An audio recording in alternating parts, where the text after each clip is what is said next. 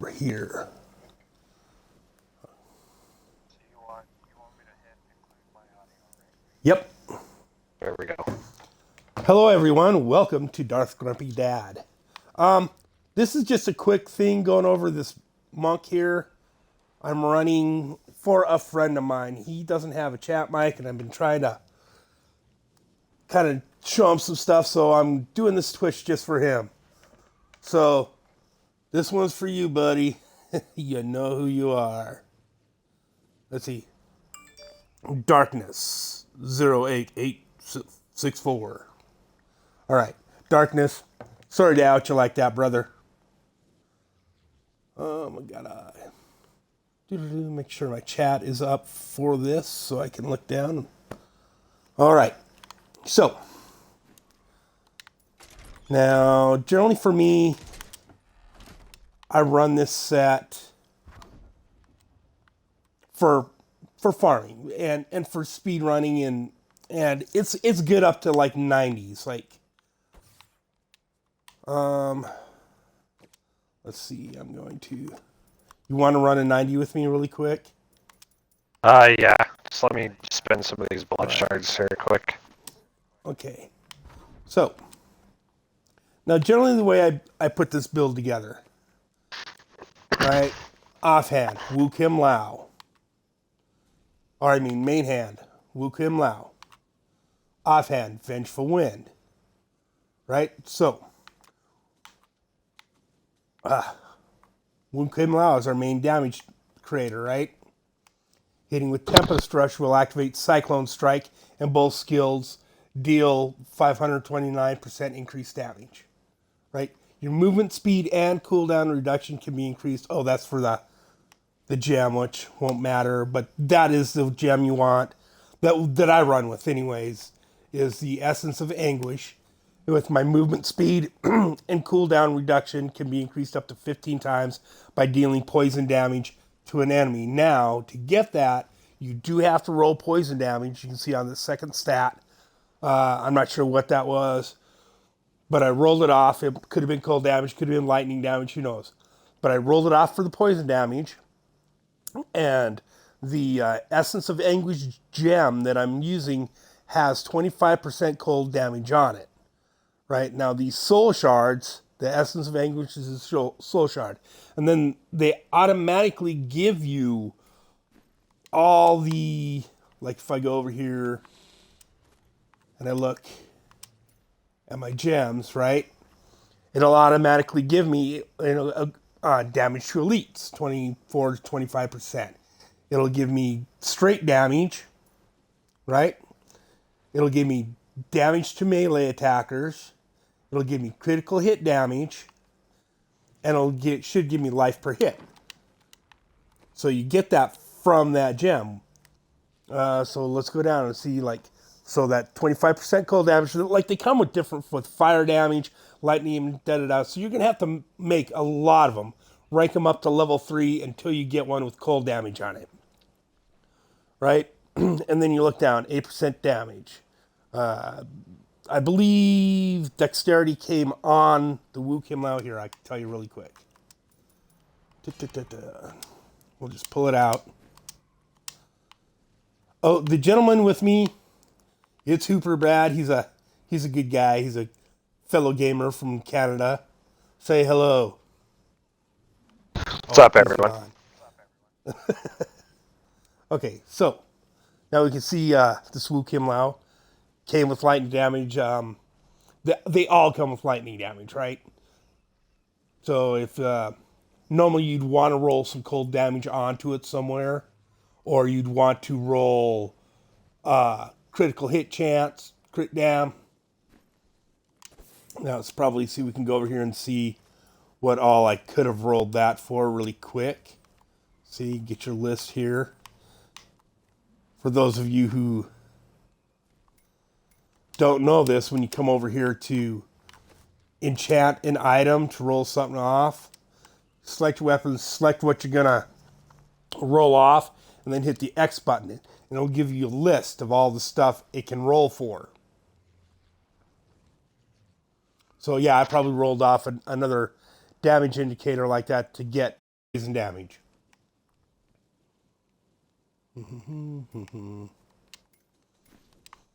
Okay. Now you can see, like, okay, I'll get to that, but we're going on about the gem right now. Oh, I got 2 Hellforge embers from that last set of bounties running them.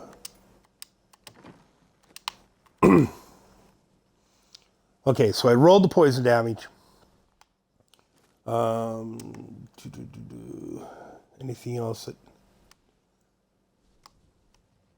Okay, and you can see the 625 Dexterity Calducean's Despair rank. That's from augmenting for, and this is for Darkness, because I'm not sure if he knows this or not. But this season, these soul shards, you can get an automatic 125 rank augment out of it. Now, normally, your augment rank depends on what level of these gems. You use these gems normally, right? So as you can see, I got a bunch of lower ones, 12, 13, and the amount of extra dexterity you get depends on how high that is ranked.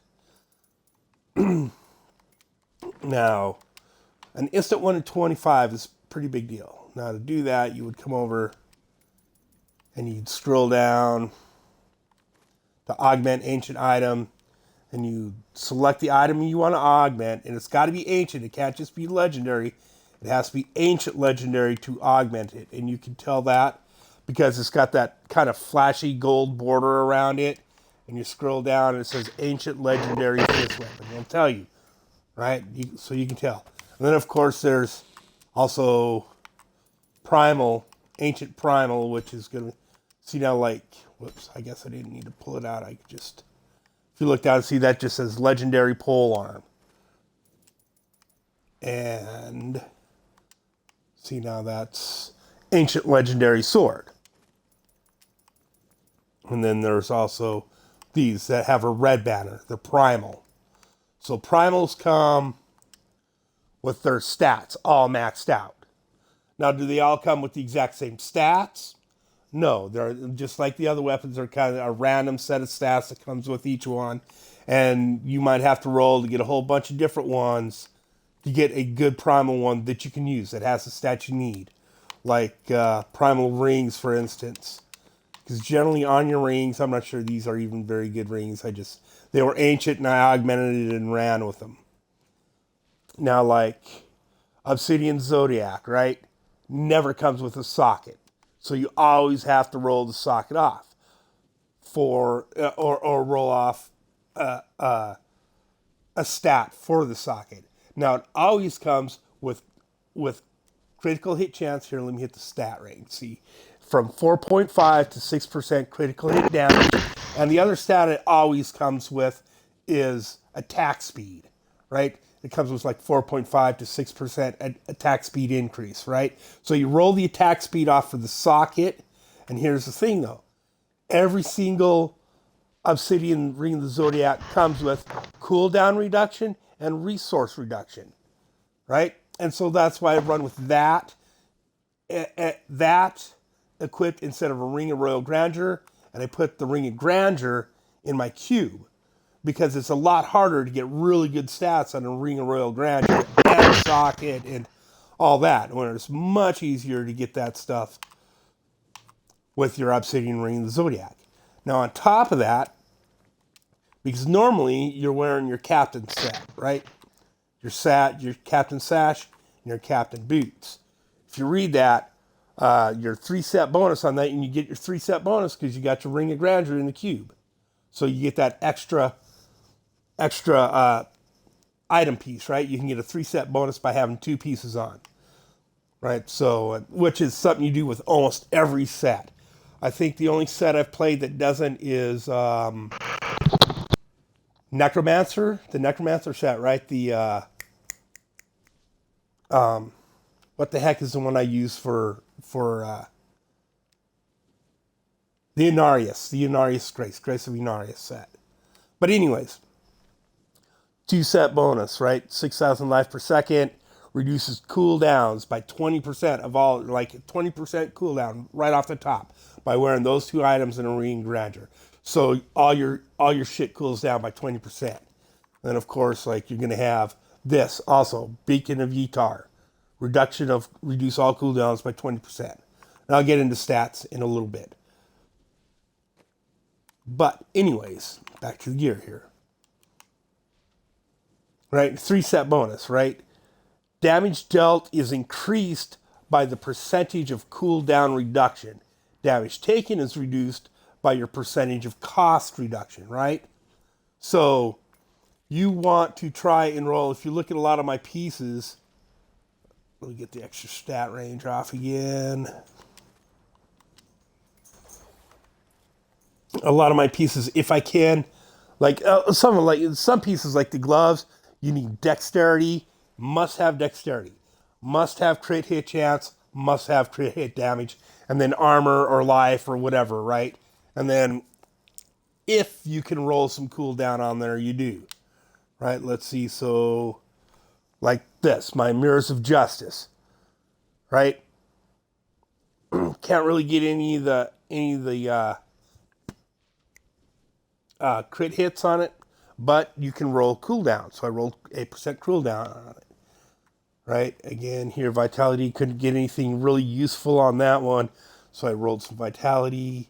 Again, rolled for crit hit chance on the helm. Cooldown resistance goes good. Right. So your Traveler's Pledge. You want cold damage and you want crit on it if possible. This isn't a super good one, right? But it was ancient, and so I could put a 125 on it right away. Like I said, this is just like, it's not my pushing build. It's just a farm thing for doing T16 shit, because I think it's a pretty fast build, and it runs smooth. I think it runs super smooth. So you got your crit hit dam, and generally then you're gonna want the other crit hit chance. You want crit hit chance, crit dam, and cold damage on it, and a socket. And it's tough to get a Traveler's Pledge ancient or better, right? At least ancient, with all 4 of those on it that you can augment, right? You're gonna be rolling them some bitches all day to get one. Your Caesar's Memento, right? You want crit on it, and you want cooldown. I'm not positive if you need crit or not. I think you only get one of the crits on it. Crit hit chance and cold damage, right? Dexterity, I have dexterity on it. Came with dexterity, and I added dexterity. So dexterity is not a must-have. You don't have to roll dexterity on your items, right? And dexterity for a monk is going to be our main attribute we use for creating damage, right? So you can see primary demon hunters and monks, increases damage for all demon hunters and monks, increases armor. So all your extra, so I have extra 24,000 armor because of all my extra dexterity. So when you're doing your Paragon, once you hit about 200 Paragon on Vitality, just put all the rest into Dexterity, because you're going to get armor from it. What else was I going over? Okay, and the reason I run Traveler's Pledge Compass Rose for this build instead of Squirt's Necklace, because although Squirt's does give you 100% damage increase, you automatically have a 50% increased damage, right? I mean, and if you're pushing, it's nice to have that extra. See, even this one's primal. It came with intelligence, right? And a socket, 1 crit. I guess I could make this a really good. Traveler's Pledge necklace for my wizard build, because I have a wizard build, and I run Travelers on it also for the lower rifts and farming and stuff like that, because I mean, it just works. It's a good build. You can run 120s easily with the Traveler's Compass Rose build on that. But anyways, I was going to look at squirts. Do I even have any left? I think I got rid of them all after. Nope. Okay, see, even this one. I don't want to. Well, not taking damage, damage dealt is increased by 100%, and damage taken is increased up to 50%. And you're only doing the increased damage if you're not taking damage, right? So it's helpful when you're pushing, and you can offset that if you've got enough cooldown between your obsidian ring and just the cooldowns on your build, that your epiphany never goes down, because your epiphany helps offset that 50% damage, right? Okay, so on here, what else did I have? So the dexterity damage, right? And then we'll take a quick. You don't have to hang out in town and listen to me do this, dude. You can take off, do whatever. Okay. If I run all the bounties on this, do I need to reset? I'll just run a couple nappies or something. All right. Okay, where was I? We're gonna get to running here in a minute, though. Okay, so, and then as you can see, damage. Okay, 25% gold, and then the 249 damage would be a ruby. The 149% critical hit damage would be an green emerald. The life per hit would be a purple gem, amethyst. And the thorns damage it would be a diamond, I believe, in a weapon. Damage to elites. Which one does thorns damage? Maybe it isn't any of them. Damage to melee attackers.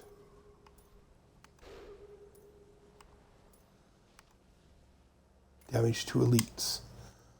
Okay, so let's go back and look at this again. Okay, thorns damage, that must just be on there. But if you scroll down, there's the damage to elites, 25% that you would get from a diamond. Now see, once you get to rank 3, it has all those perks, right? You just have to roll one that has the proper skill damage you want for, if your build is doing fire damage, you want it to be 25% fire damage. If you like this is a cold damage build, you build it all around cold damage, you want it to be 25% cold damage. So I'm going to put that back in my boon of horror. I don't have that in right now because I'm just going over this general build. Right, and then the other weapon, you can't equip 2 of these in a weapon at the same time. So in this weapon, I have a green gem for the critical hit damage, right? 130% critical hit damage. And then I rolled extra just damage percentage, right? Big time. And this one actually comes with extra cold damage, so that's right on. Now, the big deal about this, okay, and it's got reduced cooldowns by 9%. So that reduces my cooldowns, ups my damage. 15% Spirit Monk, which with this build that really isn't necessary, right? Because you create so much spirit just by doing the Tempest Rush the way the build is set up. But okay, increases the maximum stack count of Sweeping Wind by 10 and increases the damage by 632. Now, the reason I run with that is because the build itself, 2-set bonus. Sweeping Wind gains the effect of every wound, and movement speed is increased by 5% for each stack of Sweeping Wind. Right? So I've got like 13 stacks going at all times, right? So it's 65% bonus speed, so you're moving. Right? You haul around. And it makes it so much smoother. Like the whole time you're going. It doesn't look like it because I'm the only one moving around right now, but he's fairly quick. So that's why I run with that weapon instead of pig sticker on my offhand. Right? And then again, like I said, the Caesar's Memento, you want cold damage and at least 5.5% critical hit damage. At least, right? And it increase Enemies take 785 I think it tops out at 800. 785 increased damage from your Tempest Rush for 5 seconds after you hit them with a blind, freeze, or stun. Right? And so that comes in with the Sweeping Wind. I've got 13 stacks of it. And while you have 3 stacks or more, enemies damaged by your Sweeping Wind for 3 consecutive seconds are frozen for 2 seconds. Right? So that running the Sweeping Wind, Master of Wind adds into that. And instead of having 3 stacks, I got like 13 stacks of it, right? So the chances of me freezing somebody are much higher, right? Hey, buddy. Captains went over. And then that Captain's the only extra set you can really, because other sets you have like 7-8 pieces in the set. So you can actually end up dropping two pieces out of the set and get 2 different and then you can wear a Captain's set and a Gould set. You can wear a Gould's on your shoulders and bracers, hopefully. All right. Okay, and the reason I run Traveler's Pledge Compass Rose, I didn't even really get into that, right, is the set bonuses on this. Endless Walk, right? While moving, damage taken is reduced by 50%. So it's a 50% damage reduction because you're moving all the time with this build, right? You don't just stand and punch at stuff like with other stuff. You move in a circle in and out of the crowd. You're constantly moving. So you constantly have that extra 50% damage reduction. That's the main reason I do it. I mean, yeah, if you're pushing, that's kind of why people use squirts when they're pushing, because they get that 100% damage. Well, with this, you're rarely standing still long enough to get that 100% increased damage. But it gives you 50% damage reduction. Right? Big deal. And let me read into... Now, 4 set bonus for this. Attacking with Tempest Rush reduces your damage taken by 50%. So now I'm to 100% damage reduction. That makes my entire build much more solid. Especially when I'm pushing just this T16 stuff, right? I have plenty of kill power to kill these guys. It's just staying alive. It's a little squishy. So that between that 50% from doing Tempest Rush and the 50% on the Traveler's Compass Rose, I'm a lot more solid, right? And then hitting with Tempest Rush while Sweeping Wind is active increases the size of Sweeping Wind and also increases the damage dealt by increases all damage dealt by 15,000%. So I'm getting a lot of extra damage from my Sweeping Wind, and I'm getting a lot of extra damage from the Tempest Rush just by doing this build the way I'm doing it, right? Now, as far as how I set it up for playstyle, my playstyle, right, on my skills, on the A button, right, I put Epiphany on A, and your rune is going to be Desert Shroud. Infuse yourself with sand, reducing damage taken by 50%. So now I'm up to 150% damage reduction. And that's going to be on the A button. And I'm just going to hold it down all the time, right? And then on my X button, Blinding Flash, right? Cooldown 15 seconds. Creates a flash of light that blinds all enemies within 20 yards for 3 seconds. Elite enemies recover faster, but suffer a 30% chance to miss with attacks, right? So it makes them harder to hit you. And then increase duration, self-reflection. Increase duration, enemies are blinded by to 6 seconds, right? And that's on X. And I always hold that, so I'm always holding those 2 buttons down. You can see the cooldowns coming around. See, and it fires automatically. I don't even have to worry about it. And when the Epiphany is ready, again, it'll fire again automatically. Like I'll run out of now, I'll boop. But because I got so much cooldown, it's up again. Now when I'm out and I'm fighting and I'm hitting guys, because my Obsidian Ring of the Zodiac, right, reduces the remaining cooldown of of your skills, one of your skills, and you go by 1 second when you hit with a resource spending attack, right? Which is Tempest Rush. It's a resource spending attack. You just also generate resource while you're spending it at the same time, right? And because of the way it's set up, oh yeah, and it increases spirit regeneration by 50%. Right? That's why your spirit never goes down. And because the sweeping wind is getting all the stacks. Well, you can not select one, right, and just get all of them all the time, right? So Blade Storm, intensely and then you do get all this, but because I've selected this one will proc more often than the others. But part of having this, critical hits have a chance to spawn lightning, and you'll see the little lightning storms go off once in a while. At first I was wondering, like, I don't have that on. Why is it doing that? Well, it's because it's just part of the build, right? As long as your vortex is at 3 or more stacks, you gain 8 spirit per second. So again, you're generating more spirit, right? Increase the radius of the vortex to 14 yards. Sweeping wind damage turns to fire. So you're also doing fire damage, right? It's just those runes don't proc as often as this one, right? Because I want that cold damage. Okay? And that's on my Y button. Because it's a hit it and forget it.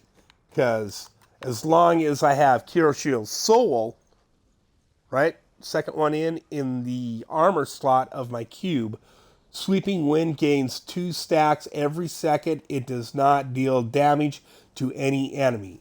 So your Sweeping Wind is the full 13 stacks all the time. You just don't have to worry about it. It's a hit it and forget it. Right?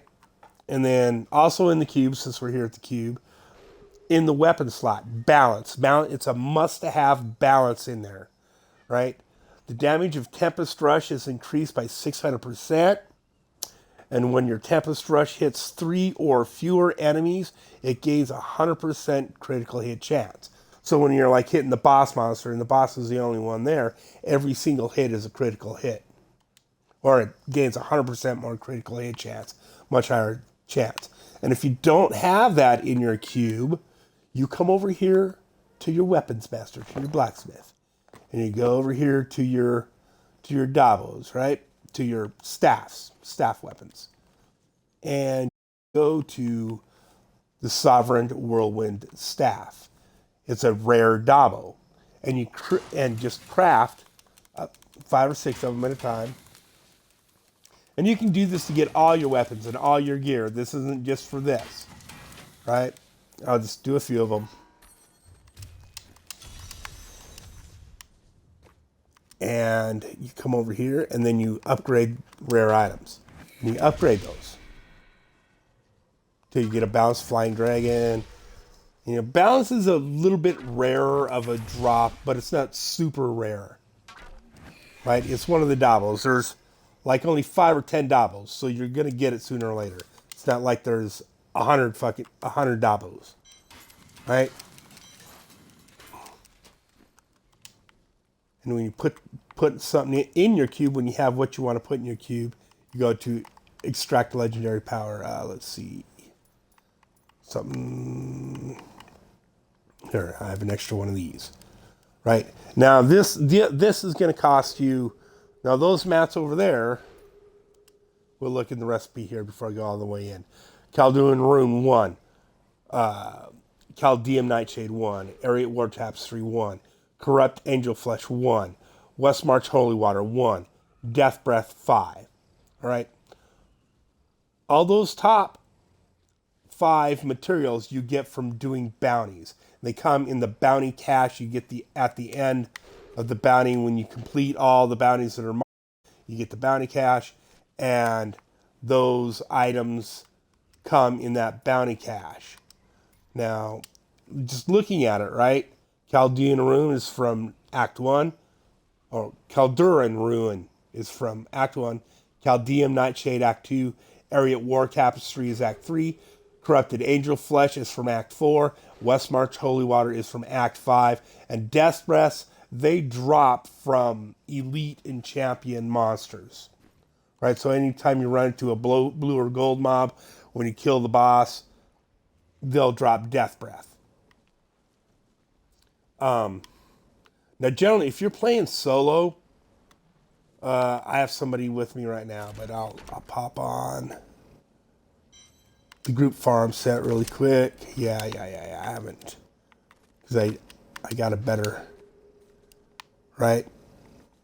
Now, see, it's all pretty much the same, except I'm doing enough damage because I have everything, every single one of my items is augmented with a 125, right? So I'm getting a lot of extra damage and armor from all that extra dexterity that I've augmented every piece with a 125, right? So I can afford to, even without, it just takes even if you don't have everything augmented, you replace your Caesar's Memento with Nemesis Bracers. Shrines and Pylons will spawn an enemy champion. Champions drop Death Breath, right? And then you're going to replace your Captain's Crimson Sash and Boots with Sage's Passage and Sage's Ribbon from the Sage's Journey set. Because your 3-set bonus on that is double the amount of Death Breath that drop. So instead of, like on T16, you get 4 Death Breath from each monster, you will now get 8, right? It's just a farm. It's to farm with, right? It's to farm Death Breath. And you just go run a bunch of Nephilim Rifts and run a bunch of bounties and kill every elite pack you see, right? And by wearing your Nemesis Bracers, like I said, then every pylon you hit drops an extra champion mob, so you get extra Death Breath and the chance of a legendary drop, right? Because the more of those you kill, the more legendaries you get. Now, generally speaking, you would put your Nemesis Bracers and your Sage's Passage on your follower when you're farming alone. And the necklace you would wear that you would put on your follower is Flavor of Time. You'd put Gold Skin on. You'd put Broken Crown, actually, for the helm on your follower, because that gives you double gem drops. And then you wouldn't wear the Soul Shard in your helm. You'd want to wear a green gem. You'd want to put one of... Oops. I'll move those over. You'd want to put one of these bad boys in your gem, or in your helm, because it gives you 40% extra gold from monsters, right? If you put that in your helm, right? So you're getting extra gold. And then because you got Broken Crown on your follower, you get, like, every time any gem drops, right? A gem of equal size that is an emerald will drop. And since you need dexterity, you need emeralds for this build, right? For all your augmenting, that's how you generate all your emeralds. So every time a gem, so you kill a gem hoarder goblin, and he drops 10 or 20 gems on the ground. He's actually going to drop 40 of them, and 20 of them, at least 20 of them, are going to be emeralds, right? So that's how you generate emeralds. You farm emeralds like that. And it helps you farm gold because you get 40% extra gold, right? And then also the other part of the farm build here is the Boon of the Hoarder. You get the Boon of the Hoarder from Greed. The first time you kill Greed in the vault, right? And you can the vault will drop from goblins in game, or you can get her to drop. You can use a puzzle ring in the cube to open a vault. You can also use a bovine bardache to open up a cow level if you use it in the cube, right? And you go run your puzzle ring and you get your Boon of the Hoarder, and you level that to 50. And then you can, on this build, normally you have your gems are Teguk, Bane of the Trapped, and Bane of the Stricken. You don't really need Bane of the Stricken for T16 stuff. You don't need it at all. So a lot of times I mean, if I'm just speedrunning and I'm not picking nothing up, I'm just getting stuff done, I'll put Bane of the Stricken in because then I can just go, go, go. Or if I'm running like 90 GRs, I'll take the Boon of the Hoarder out because you don't get gold drops in a GR anyways. You only get them in Nephilim and bounties.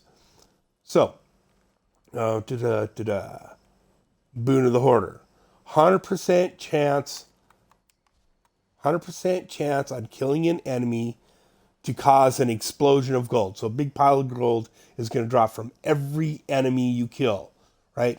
And gain 30% increased movement speed for 2 seconds after picking up gold. So every monster you're killing is dropping gold, right? Now, like I said, if you're playing solo, these boots are going to be on your follower, not on you. You're going to keep your campsites. Oh, and I always use the pants from the set. I don't craft the Captain's Crimson's pants because I don't think you're getting anything extra. There's nothing on those you can roll that you can't. I don't know. I don't get it because the set pants always come with 2 sockets. They always come with 2 sockets. They always come with 2 sockets. So, like, if you craft a pair of pants over here, there's no guarantee they'll even come with a socket, let alone 2 sockets.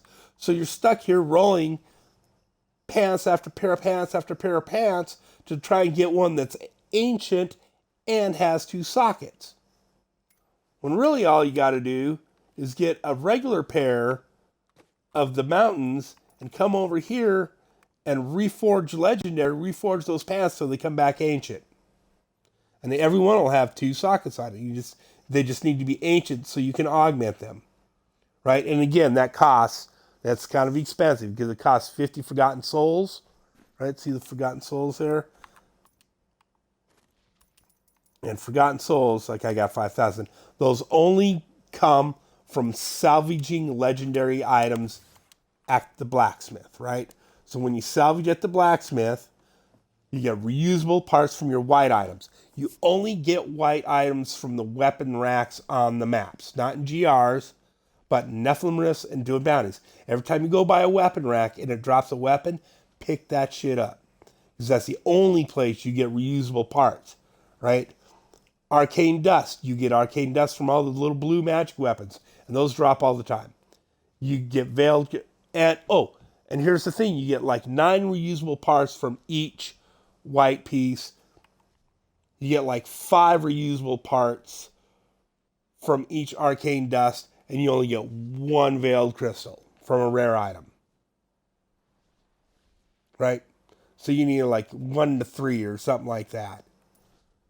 Or this is like 5 to 8 or 5 to 10. I can't, So you need a lot of reusable or a lot of rare items to get that. That's why you always pick up your blood shards and gamble over here, because if anything, even though you may not get the item you want, when you salvage those, it's a good way to generate Arcane Dust. So you only get 1. 1 per item. Now, for the sake of saving time, a lot of times I'll just gamble for necklaces. They cost 100, right? So I burn up those crystals fast. But I generally don't have a lot of problems keeping Veiled Crystal and stuff like that because I pick everything up most of the time. And that's the thing. Hit every chest, hit every weapons rack, pick everything up. Because you need that building material, or you need all that building material early on. All those crafting mats, right? And here's the thing. Like, being in town like this is not, like, as long as I have, is not a good idea. Because your drop rates, right? How often an item drops from a monster depends on how many monsters an hour you kill, how many chests you click in an hour, how many weapons racks you click in an hour, how many events you do in an hour, right? All that stuff adds up to how often a magic item is going to drop. Now, right now, and then add to that, and then you have set magic item find numbers, right? They go up higher when you have, the more people you have in a group, the higher your magic item find is going to be, right? But you have to have a high drop rate to get a high number of magic items So that, because, like, say the primal ancients, right? Those are about 1 out of every 400 legendary items that drop is primal, right? So, but to get all those 400 legendaries, you got to be getting a lot of weapons to drop, right? Because then X amount of blues are yellow, X amount of yellows are legendary, right? So you can't be on town a whole lot fucking around, right? And when you run running GRs, here's the cool thing on farming primals, right? You get like 11 legendary drops for every GR you run. You get 11. So if you're over here and you're running GRs and you're running them in 3 to 5 minutes, right? That's like, you should be able to get like 2 or 3 primals an hour. If you're getting them, you're coming back to town, you're repairing, you're salvaging, and you're getting right back in. If you're not fucking around, looking at a bunch of stuff. If you're trying to farm primals or you're trying to farm Hellforge Embers or anything like that, you don't want to be in town. You're just losing out. Town is lava. Stay the fuck out of town unless you have to be. Right? Okay, what else was I going? Oh, I was going over skills. I totally fucking forgot where I was at. Sorry, bro. All right. And then right trigger. Right? Right trigger is where I put my... So, start over again. A button. Epiphany. Desert Trout. Right trigger, right, is your Tempest Rush Flurry. After you stop channeling Tempest Rush, you cause an icy blast to all enemies within 15 yards. The damage of the explosion increases by 90% weapon damage as cold while channeling, right? Tempest Rush damage turns to cold. So the entire time you're using Tempest Rush, you can see down there that one icon, it's building up. It builds up to 100. And then you let off, and it lets off that cold explosion. All right. So I have A, X, and RT. And I hold all 3 of those buttons down all the time. The whole time. And that's it. That's how you attack. You just run around and hit shit with Tempest Rush. It's easy shit. It's a very here, we'll hop in here and I'll show you. It's a very easy, it's a lazy man's build. That's what I'm trying to think of, right? It's a lazy man's build. I'm not lazy. I'm just kidding. I am pretty lazy. See, now look at all the gold that's dropping. See, double death breath. There's my wide item.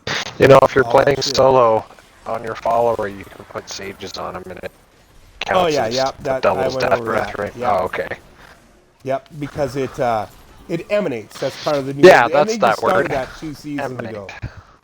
Like if you look, it says emanates in the bottom description down there, right? And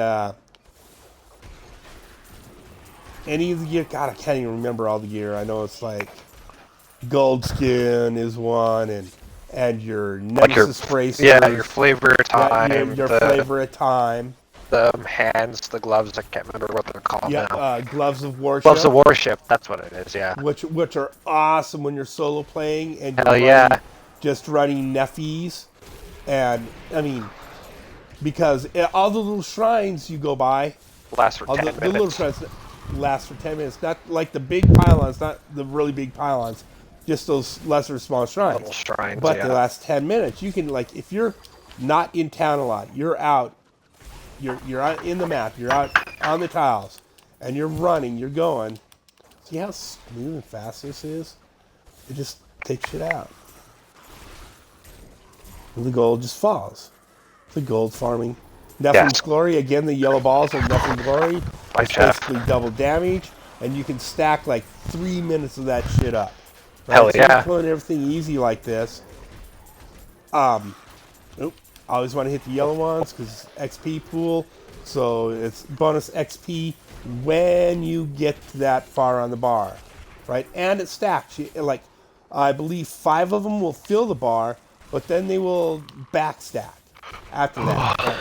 So every time you level up, you get 5 energy pools or pools of whatever it's called of extra XP, right? And if it's just one or two extra, whatever, it stacks up. What else am I forgetting? I don't know. I need to go back down and finish it. But as you can see, it's a nice, smooth, easy running. I need to finish going over my skills. Let's find a safe corner here. All right.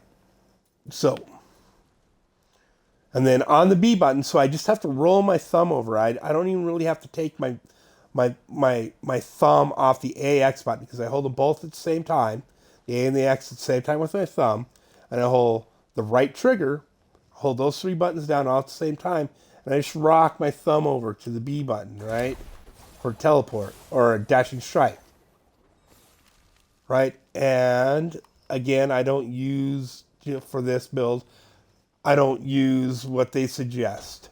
I believe they suggest Way of the Falling Star, Blinding Speed, one of those. I do Quicksilver. Increase maximum charges to 3. Dashing Strike damage turns to lightning. And by all rights, you should have this because it cold damage and the whole thing's based on cold, right? So yes, when you're pushing, that's probably a good idea to run with Blinding Speed, right? And it increases your dodge for 4 seconds after using Dashing Strike and all that. But for this, I want 3. So if I've got a map where it's all emptied out or whatever, I want to move across it, I got 3 Dashing Strikes to get it done in.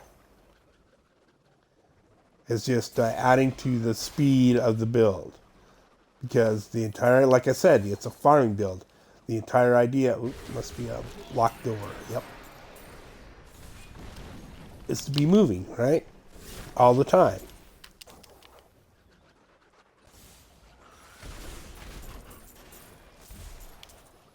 And as you can see, even without my Caesar's Momentum, with Nemesis Bracers on, and with the Sage's gear on instead of the Captain's, I'm still wasting everything, right? Just knocking it out.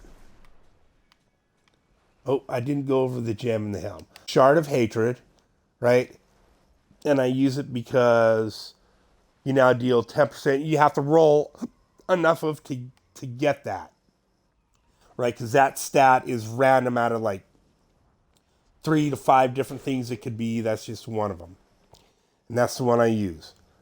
Right? So it just increases my damage from 5% to 10% extra damage every time there's 3 or more guys around me, right?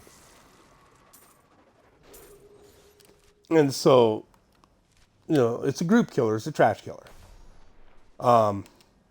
And then, you deal 15% reduced damage while you have 3 or fewer enemies within 25 yards. Right? If more than 3 enemies are within the same distance, you deal 5% increased damage per enemy up to 50%, which with that stat, it's actually 100%. So every time I'm in a large group of guys, I'm dealing 100% extra damage. And again, it comes with all 5 of the things. Oops, something's getting me. Oh, that's him. He got the Guardian. I'm going to go back to town and click on your banner. I know this is probably going to end up being a long tutorial. Oh, no, I'm only 48 minutes in. But Darkness, I hope this helps. I mean, I hope this, because you don't have a headset, buddy. And I love showing this shit to people. I love teaching people. And I hope you can get a headset or even earbuds. Like I said, earbuds will take the echo out when you're talking to people on your phone using your phone and the Xbox app for chat. If you are wearing headbuds or even a cheap wired headset with that, it will take all the echo everybody hears out of chat, right? And it's well worth it. And just a cheap set of dollar store earbuds for your iPhone, or a cheap set of earbuds for your iPhone or your Android phone, whatever, right? You don't need a really expensive headset unless you're like me. I'm streaming, and I don't even have a super expensive headset. I've got the A600s from Turtle Beach. Yes, they're like $100, but they're wireless and they have a pretty good mic in them and stuff like that. I'm not spending a huge amount of money on it, and I spend a lot of time online talking to people gaming, so that's why I have a better headset. Anyways, back to this, where we were skills, right? Oh, and then RB, which is again a hit it and forget it button. Once it's on and you set it on, the mantra is never shut off. And you want mantra of salvation and agility, and you want that on the right bumper because once it's on, it stays on. It doesn't go away. Occasionally, you might hit it to get that extra little boost, right? But it chews up spirit if you hit it a bunch, right? Because active, so just right.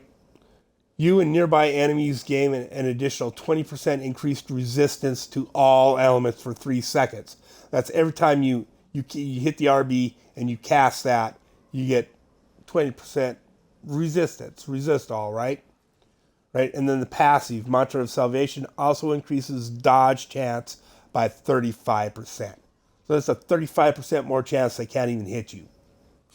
Right? So that's how I set that up. I set it up for gameplay, lazy man build, right? Epiphany, blinding flash on the A and the X, and I just hold them down and they just fire off every time. And I don't know if you noticed or not when I was actually killing stuff, right? And hitting stuff with that, with my, I hate it when I forget words in the middle of what I'm saying. My Tempest Rush, right? I was getting extra cooldown. So basically I ended up with 100% uptime on my Epiphany, and that thing ends up firing like every 3 seconds. It's just going. And because the Essence of Anguish Soul Shard I use, your movement speed and cooldown reduction can be increased up to 15 times by dealing poison damage to an enemy, right? That's why you roll the poison damage on this weapon, so that you're doing actual poison damage all the time, so you're always getting that, right?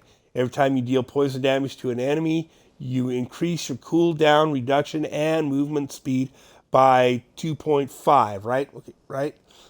While your damage received is increased by 5% for 10 seconds, max of 10, which is 50. It's a 50% increased damage, but you're getting so much cooldown that you're negating that because your Epiphany is always up and your Blinding Flash is always up, right? So you're negating that.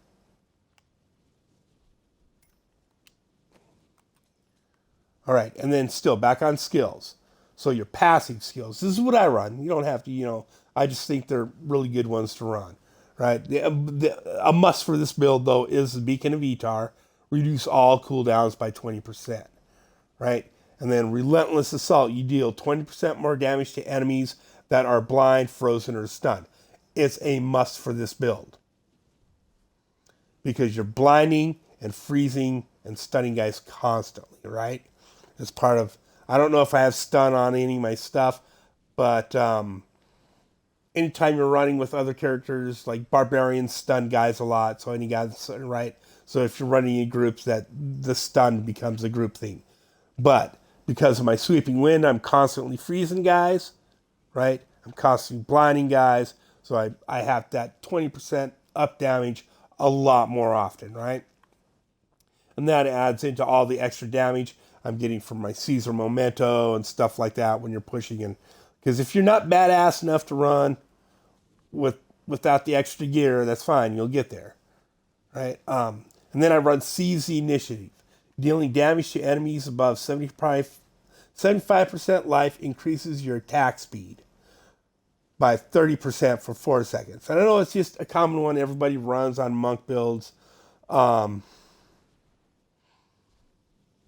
I'm not sure if that's your life is above 75% or their life is above, right? Monks are trained to move like water, flowing freely in open spaces and crashing hard against their foes. I'm assuming that's when your life is above 75%.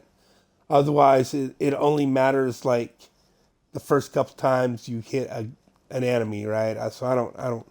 I'm not positive on that. I'm sure you can look it up on Max Roll or something, and they'll tell you which way it rolls, if it's on the enemy or on you.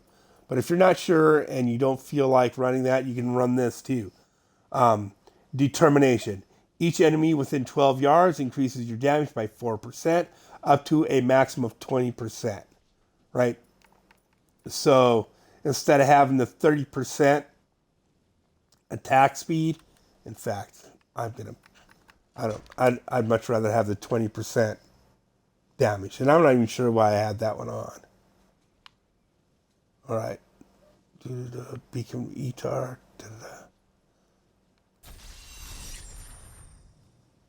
There we go. And what did I just change? I just changed something off.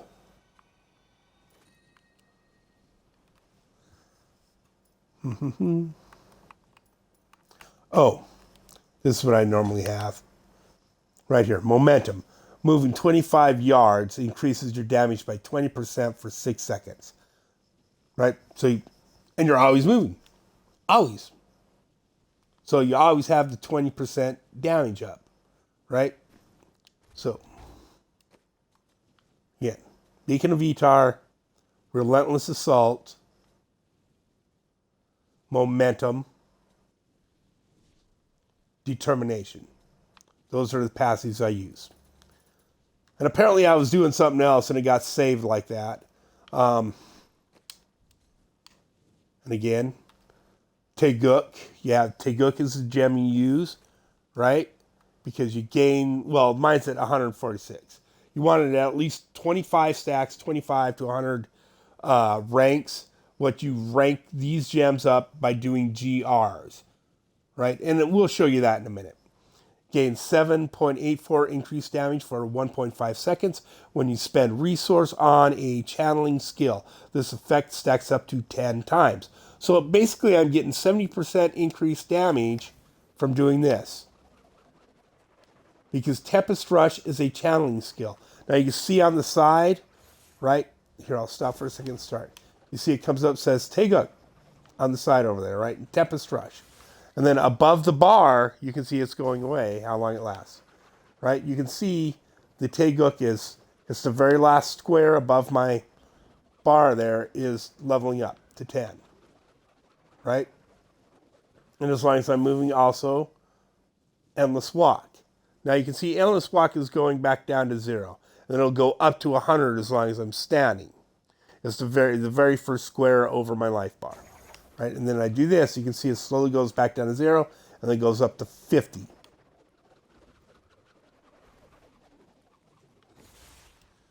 Let's see if and then you can see that here. Sweeping Wind, Vortex, Well, you can see stuff is going away. Community event, acquire soul shards, yeah. Those are all the things I got going on. Strength in numbers, right? So that's increased gold find, and magic item find, and experience because I'm in a multiplayer game. Walking Endless, damage taken is reduced.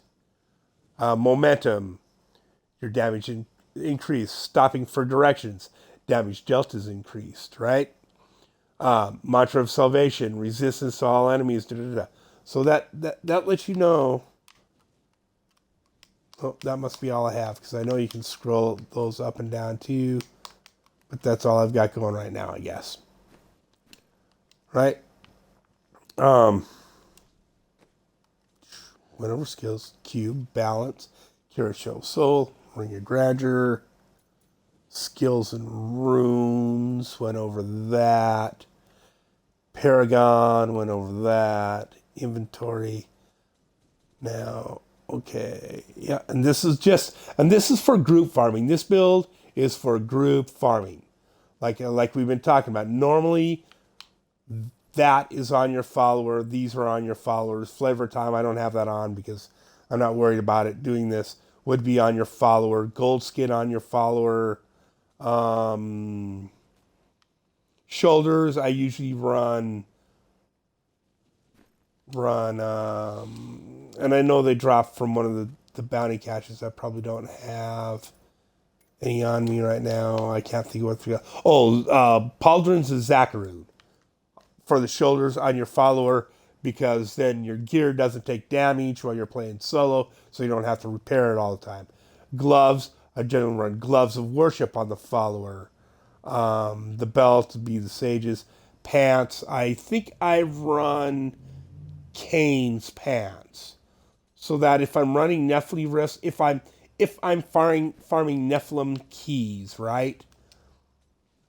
So the pants I run on my follower are Kane's habit, right? So the 3-set bonus on that. Whoops. When a greater rift keystone drops, there is a 25% chance for an extra to drop. On T16, normally 3 or 4 keys drop at the end of every rift. So with a 25% chance of an extra one, that's almost 100% chance you're going to get an extra one. So you can farm the keys a lot faster, right? So you put on Kay's pants, and you put on Kane's scribe for the gloves on your follower when you're farming keys. If you're just running bounties and running nests for general mats and you're farming keys, you definitely want gloves of worship, which again drop out of a bounty cache. Right here, gloves of worship. Shrine effects last for 10 minutes. Emanates. That means you can put them on your follower and you will get that bonus. You will get that perk. Belt, boots, I went over that. Rings. You want a ring of royal grandeur on your follower. You have to put one on your follower, ring of royal grandeur, so that he can get a 2-set bonus on that and the 2-set bonus on the pants and gloves when you're in it. So you can, or you can get the 3-set bonuses on those without having to wear 3 pieces, right? And then the other ring you put on your follower, I don't even think I have an Oculus ring, but you want an Oculus ring on your follower. Nope, I don't. I don't have one. I don't have an extra one. I got extra rings of grandeurs, but I don't have an extra Oculus ring. But you want to put an Oculus on you. He puts this ring on the ground, a gold ring, as long as you're standing in that ring, which isn't a big, you could use something else if you want for the monk, because you're not going to go into that ring and just run in a circle like this in that ring if there's nothing in the ring to kill. So it's kind of a waste with this guy. But you still put one on your follower. It's just how it's done. Gold skin. All right. Gold skin is the chest you want on because gold skin drops. Again, extra gold, and it emanates to you. Now,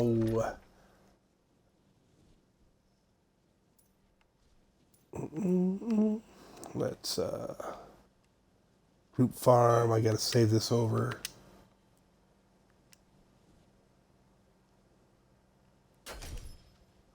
There we go. Now the solo farm.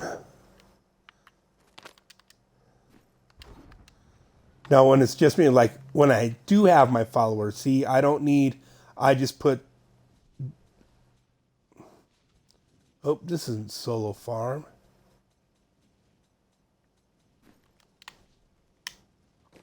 Dun dun dun dun dun dun dun dun dun.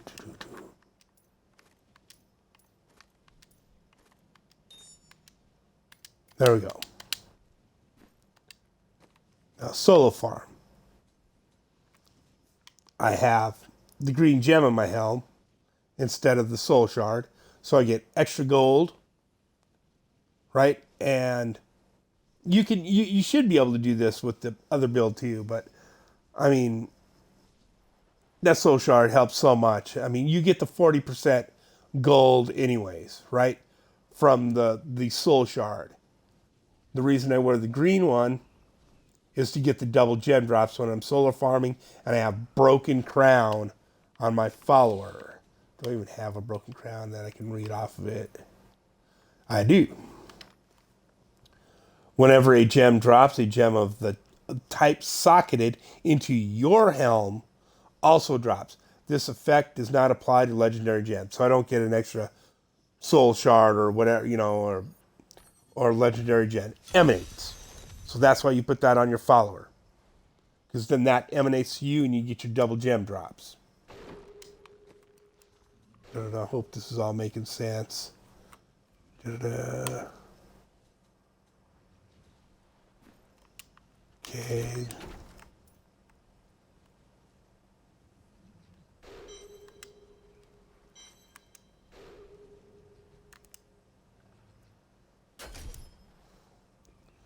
There we go.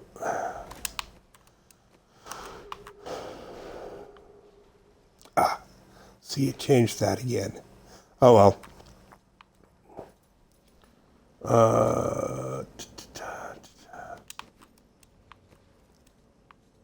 Yep. So yeah, solo farming pretty much all. When you're running with your follower, all you change your gear is you use your sweeping wind, and you put a boot of the hoarder in, and you put that green gem in your helm. That's the only difference, right? Now, not going to need any of that, because I think we're going to go start running 90s here in a second.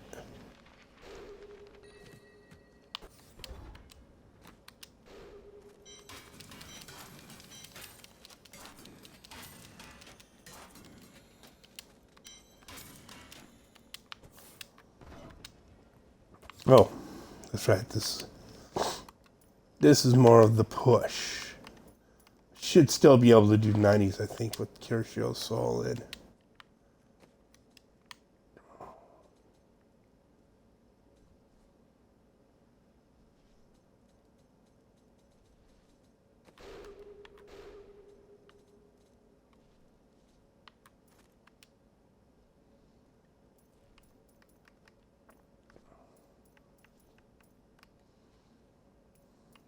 Yeah. Screw attack speed.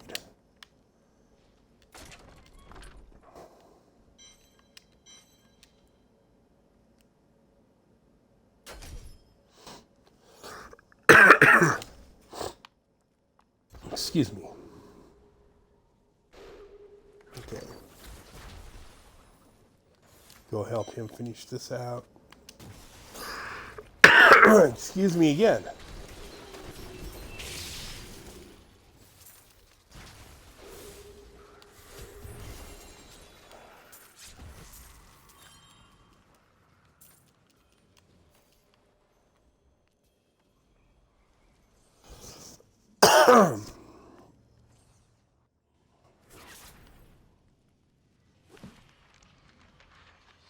I got water right here. Just drink some freaking water, Paul.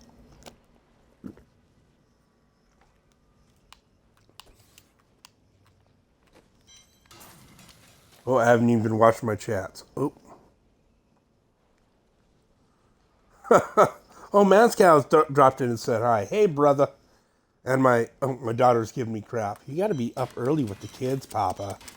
I do. I got to babysit 5 grandbabies tomorrow. But it's not too late yet. It's only 9 o'clock. Okay. Close this.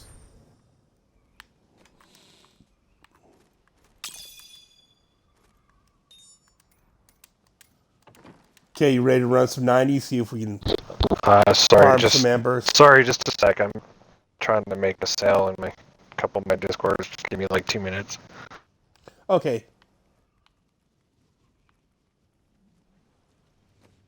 See all that rambling. Ramble, ramble, ramble. Now we can't go. Okay, is there anything I need to go over? Oh, diamonds. Put diamonds in your breastplate and in your pants because they give you resist all. Diamonds give you resist all. See, 156% resistance to all elements, right? 235 points of resist all elements from the diamonds, right? See if I'll pop them out really quick. Oops, wrong.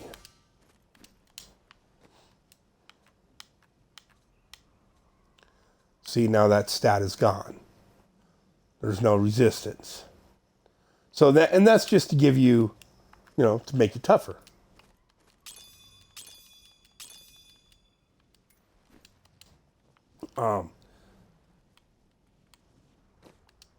See, combine gems, right? Yeah. Now, once you hit, what is it, 70, 60. Once you hit 60, level 60, your character, all the gems that drop are going to be at least Marquise Diamond, right?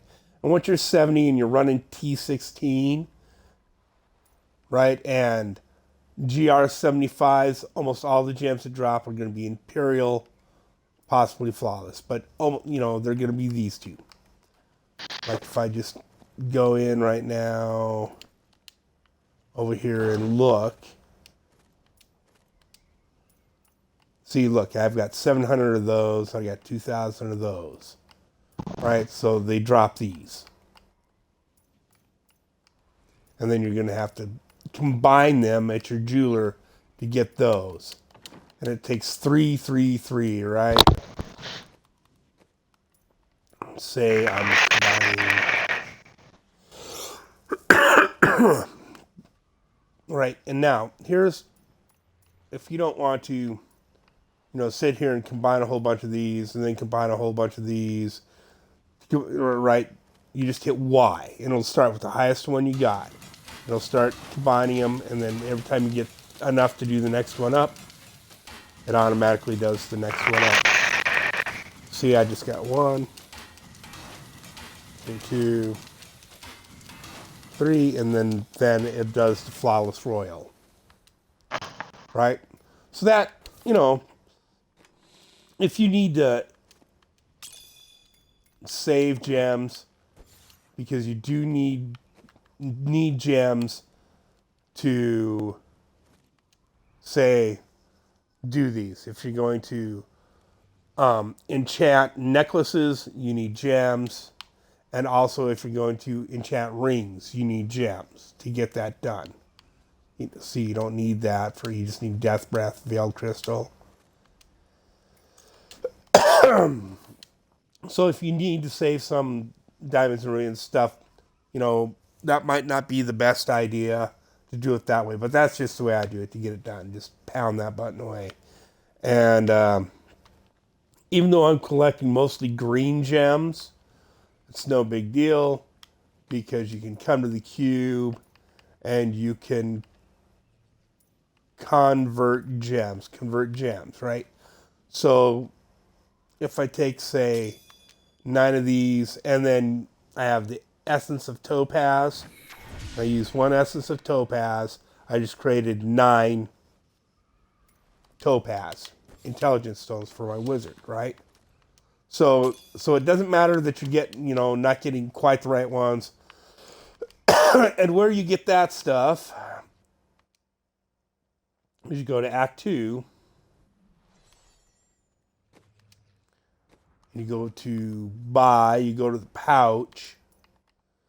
This is Squirt, by the way. This is the merchant Squirt the peddler in Act 2. You go in here, and you can buy the crafting book for your blacksmith for the Hellfire Amulet, the Hellfire Ring, and this Hellfire Ring. And I think this lower one isn't, we don't use it anymore. I think this is the one we use, but I always forget, so I just buy all 3, right? I think the more expensive one, I don't know. I just buy all 3 because I can't ever remember, and just give all 3 of them to the blacksmith. And this is also where you buy the essence, right? And Ritzbell, this is for making the Staff of Herding, which I really don't mess with because the drop from the Gibbering Gemstone is really, it's the rarest drop in the game. All right, so you buy essence of topaz. It is. And now these all cost, they're expensive. I think they used to be 2,000 a pop. They're 500,000 a pop now. Holy shit.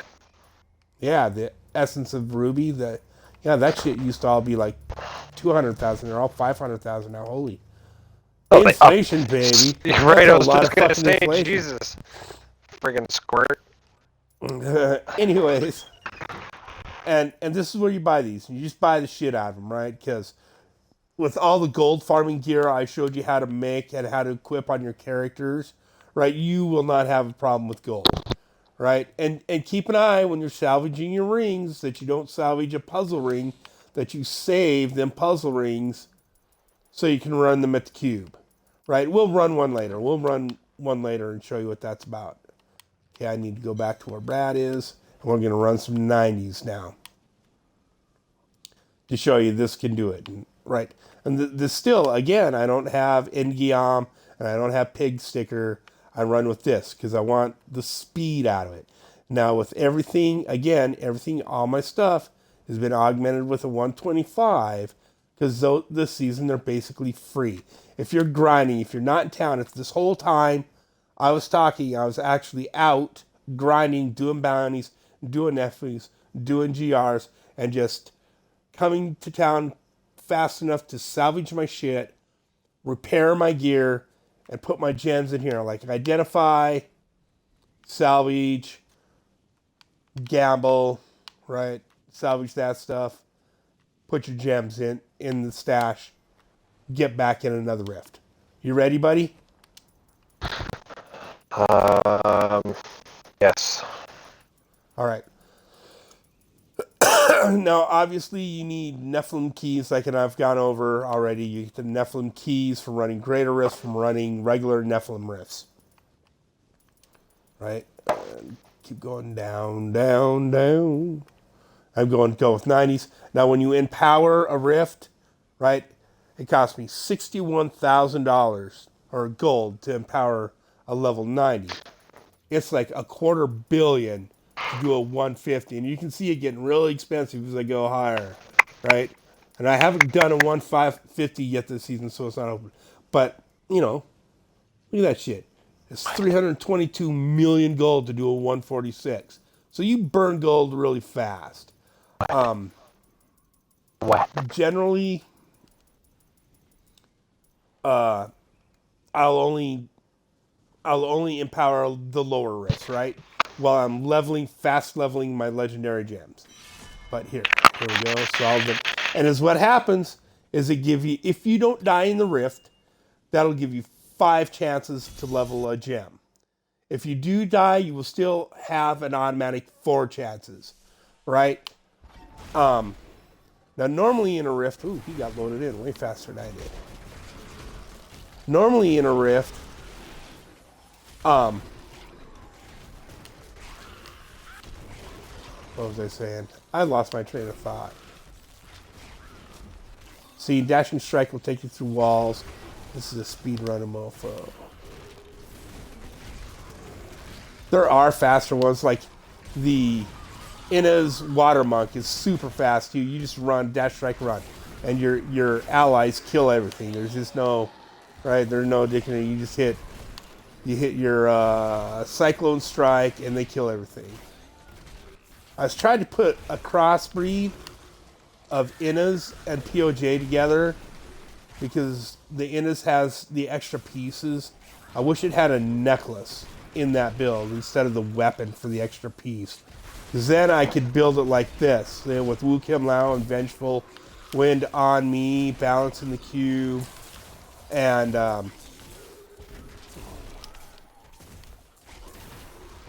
then it would be all speedy like this, and you could just run, and your water allies would nuke everything.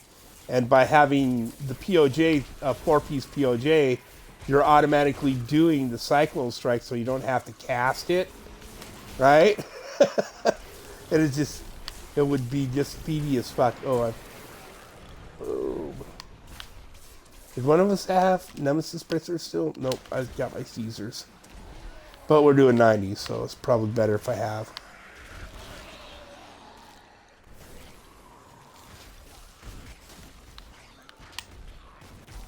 And you see, we're like racing each other through this bad boy.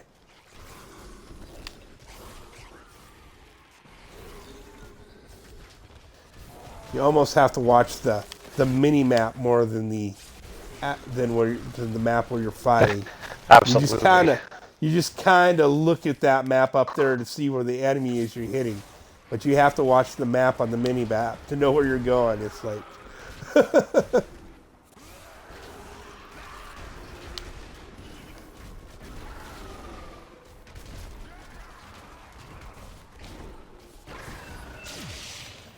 On me. Flurry. Where did he just fucking appeared? Oh, he went. He got. He escaped my flurry that should have killed him totally. That flurry blast. He disappeared over to where you were, and he managed to survive. See, now I have 3 plus 2, 5 chances to level this gem up. So that's for speed leveling your gems, right? Now I got a whole bunch of extras, because what I do is I'll take them all out of my stash, all the gems, and put them on a character I'm not, like I'll leave them with my wizard, right? And then I'll start running with my monk. And every time I run a GR, it gives me an extra legendary gem, because that's where you get your legendary gems, right? You get a legendary gem every time you complete a rift in time, right? And there's, how many are there? 13 of them, something like that. 15 or 20, I can't remember. Until you have them all, right? Then she quits dropping. So is what I'll do is I'll leave them all with my other character. I will even take the gems out of my monk, and then I'll just run really low GRs. Like, 50s or something, right? Just to get all my legendary gems. Then I have doubles of them all, right? So then I can, and every time I'm like pushing with my wizard and leveling up gems, like on the higher GRs, I can't push with my monk. Then I'll take these gems out of my monk and put them in my stash so I can level them up with my wizard. Right, the legendary gems that go in my necklace and rings. Right, because the higher you level them up, the more damage they do. Okay, yeah. Let's just look at that. God, in and out. So rank 145 on the Bane of Stricken, right? 25% increase against Rift Guardians, 2.5% increased damage every time you attack something, right? And we'll come in here really quick and look. My other one's at 145 also. Okay, let's see. Okay, like this Boon of the Hoarder right here. Or I mean, not Boon of the Hoarder, Bane of the Powerful. Right? So under 25, I don't get the 15% increased damage versus elites and 15 reduced damage from elites. That only happens when the gem is at 25. You get both those stats. Gain 20% increased damage for 4.44 seconds after killing an elite pack, right? That's all around damage, 20% all around damage, so it's a really good gem when you're just starting out. And I could run it right now instead of Bane of the Stricken. God damn it, because I don't really need the Bane of the Stricken. That's for upper GRs where you're hitting a monster a bunch of times to kill it. Like the Rift Guardian. If you have to hit it a whole bunch of times, you definitely want the Bane of the Stricken.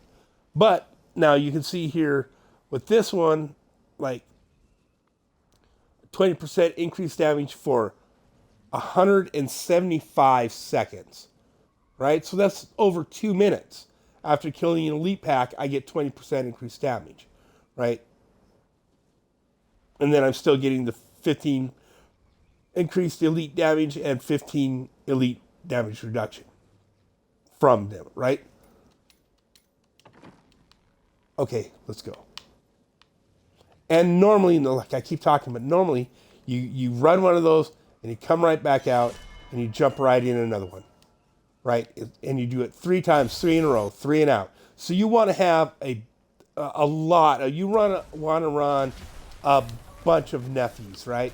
Like 25, 30 of them. So you have at least 100 gems. So you can just do this all day, right? So you pick a day that you're running the GRs, you're farming GRs, and the level you want to farm them at, right? Pick that because, I forgot to look and see how long it took us to do the last one. Did you see? I was too busy running my gums. Second floor. Right on, coming your way. And then when you get in groups too, communication is important. Like when the other guy's going to the second floor, if he's going to pop, that pylon right there, let guys know I'm popping this pylon. Like neither one of us has nemesis racers, so it's not a big deal. But you want to make sure all the people in your party are on the same floor as you when you pop that pylon and not too far away, right? They want to be on the same floor and not too far away, otherwise they will not get the bonuses of that pylon. All the pylons, there's 4 different pylons. One of them has a sword over it, which is a power pylon, which gives you increased attack. That one had a shield over it, which is a shield, so you have an invincible shield for however long it lasts. How long do they last? Like I think it's like a minute or two. Yeah, a couple minutes. I think it's a minute. Unless you have flavor of time on, then it's twice as long. So it'd be 3 minutes with it's a minute. This one, power pylon. And then when you have flavor of time, it goes to 2 minutes, I think. Yeah, okay. And, get out of them booms. Oh, I got the shield, doesn't matter. Purple progression balls drop from your champions. So that's the reason why you want somebody in the group wearing nemesis bracers, because then you get an extra champion set and an extra set of progression globes, right? Get through that faster. Get through the rift faster. Next floor. Oh, and then one of them has like a sideways arrow on it. It points to the left. That is a speed up, right? So it increases your attack speed and your interdimensional speed. Interdimensional speed. Another one has a lightning bolt over it. The lightning bolt is conduit. You shoot off these lightning bolts that that damage people around you, and the amount of damage they do levels up as the level you're running levels up. See, now I didn't empower that, and I got 4. I got 4 chances to level my gem up because I didn't die. If you die, you get 3 chances. You will never get less than 3 chances if you're unempowered, and never less than 4 chances if you empower the rift, right? So that's the reason you spend all the extra gold, is just to get the extra chance at leveling your legendary gems. So we'll close this bad boy. Repair. If you took a bunch of damage, if you didn't, you jump right into the next one. Sorry, don't even fuck around. All right. Come on, man. We're doing a tutorial here, dude. Sorry, I'm working. Yeah, I know. Hit your Y, hit it and forget it. Let it stacks up. Right? And I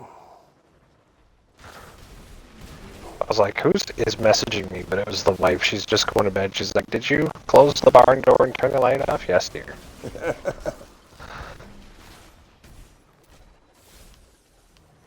God. See, there's the speed up. Had that little arrow on it. And with the speed, it knocks the enemies way up into the air, too. Oh, yeah, it does knock back when you smash into them. Which is nice. Yeah. Well, kind of, unless you're having a hard time killing them already. Yeah. And then you're batting them away, not doing the damage, right? Yeah.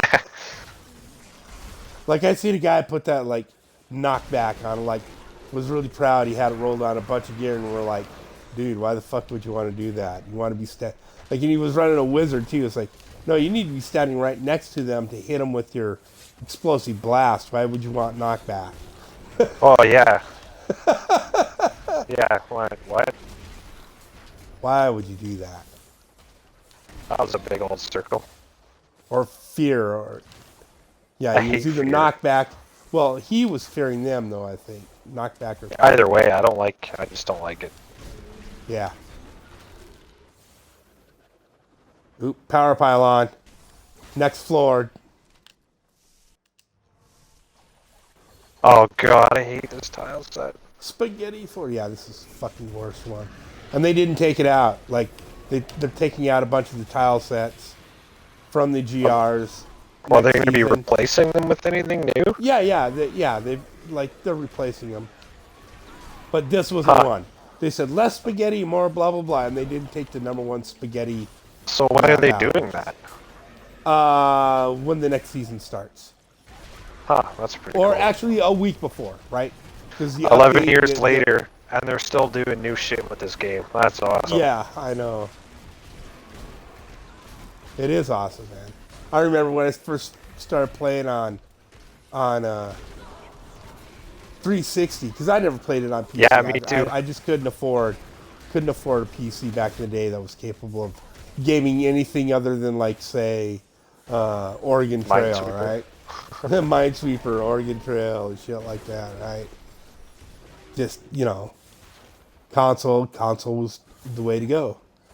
Grew up with console, Atari, in television, Atari, ColecoVision. And television was all right back in the day. Next floor. It was better than Atari, but it was no way as good.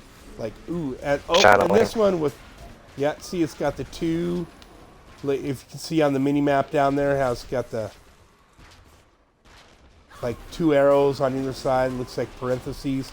That's channeling. So you have no channeling cost. So you can see like my flash is going off constantly. You can see it down there, the little circle. It's a super increased amount of cooldown and channeling, so you're not burning up your resource. Like arcane if you're a wizard, right? Spirit for a monk, whatever it is. Not that you need to worry about that on this build, but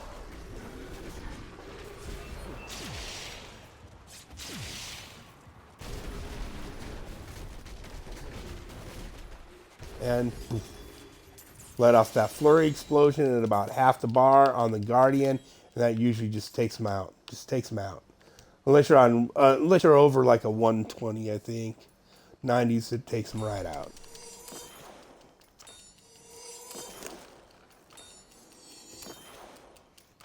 That was 3, right? Yeah. All right, now 90s, I don't think quite as much. Okay, let's see. We're running in about 4 minutes, right? Which is pretty speedy. And you do those back to back to back, and that's how you get. See, I've gotten 39, I've gotten 40 legendary drops, right? So call that 4 minutes a run, 40 items.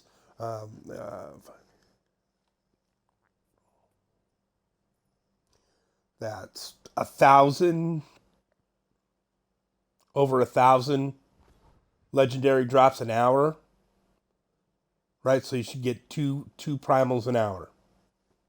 At a legend or a primal every 400 legendaries, right? And the very first time you run a 90 solo, you don't get primals. I don't think you get ancients until you run like a solo 75, and you definitely don't get primals till you run a solo 90. So you have to run a solo 90 GR. So that primals they'll even drop, right?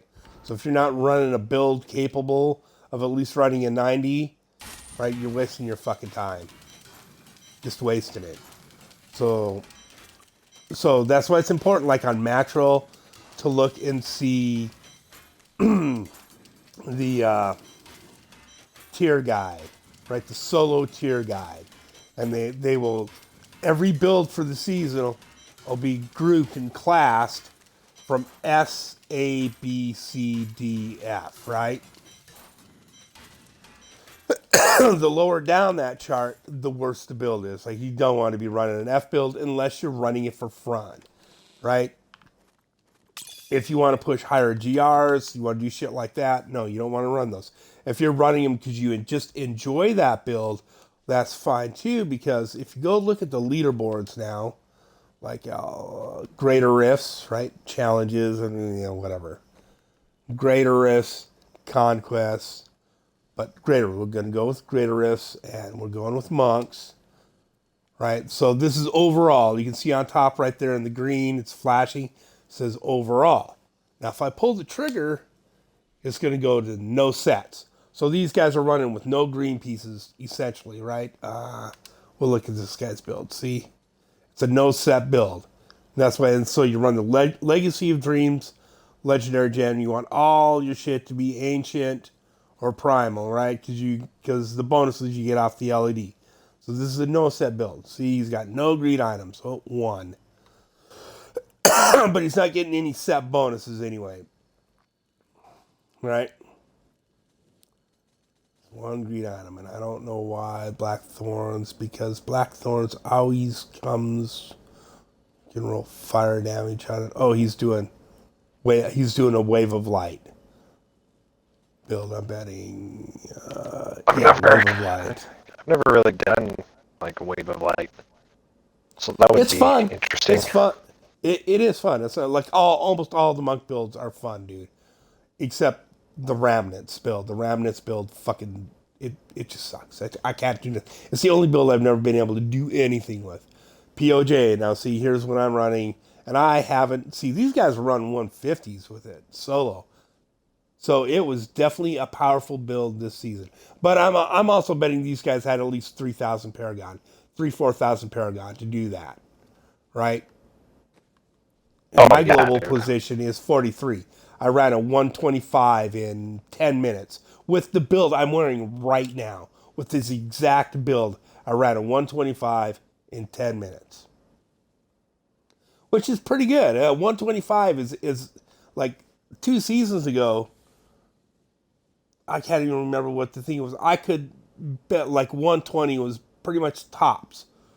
120 to 125 was tops for a monk with 150 augments on all your gear. Right? 120 was about it. This season they're getting 150s, brother. That's some shit. That's throwing it down. See, yeah. And see, yeah, pig sticker. They're running you run pig sticker to push, you're on Squirt's necklace to push, right? Same 3 gems I'm running. Captain said again, see, and he's got the Mountains of Justice instead of the Captain's Pants. See, a lot of the build sites will tell you want the Captain's Pants. You don't. You want the Mountains of Justice because they always come with 2 fucking sockets, right? Mm-hmm. And you'll look, see, he's got crit. He's got reduced cooldowns, 15% life. This is what he wrote. That's the extras he rolled. He didn't roll this for anything. He liked the way it was. He had to roll 10% crit on it. See, so it came with a socket. It came with 18% cold damage. It came with 76 increased crit damage. And he rolled probably vitality or some shit off for 10% crit hit chance. And it looks like it's ancient. It is ancient because he's got he's got an augmented for a 150 augment on it. Right? That means his legendary gem was at 150. So he was running at least a GR 149 to get that gem and his Bane of the Trapped, both that he used to augment with, and the gem he's got in it, both to 150. Right, so this is a complete 150 build probably. Yeah, 150 again. 150, 150, 150, 150. Yeah, he's got 150s on everything. And I'm betting he's like 3,000 Paragon at least to do that. Skills, see, he's running Serenity Ascension though, so and he's probably got that on the A button, so it fires constantly. Again, Epiphany, so he's got those 2, so they're hitting constantly. See, now he's got Mantle of Channeling in the cube for that 25-25, right? So you get, as long as you're channeling, like, it gives you the list, right? Tempest Structure's on there. As long as you're channeling it with Mantle of Channeling on, you get 25% increased damage and 25% damage reduction. And 6 cents. I think that is a chance to not die. I think it's a rebirth passive. But see, he's pretty much got, 2 of the same passives I run with anyways. Epiphany, Desert Shroud, Agility, Blade Storm.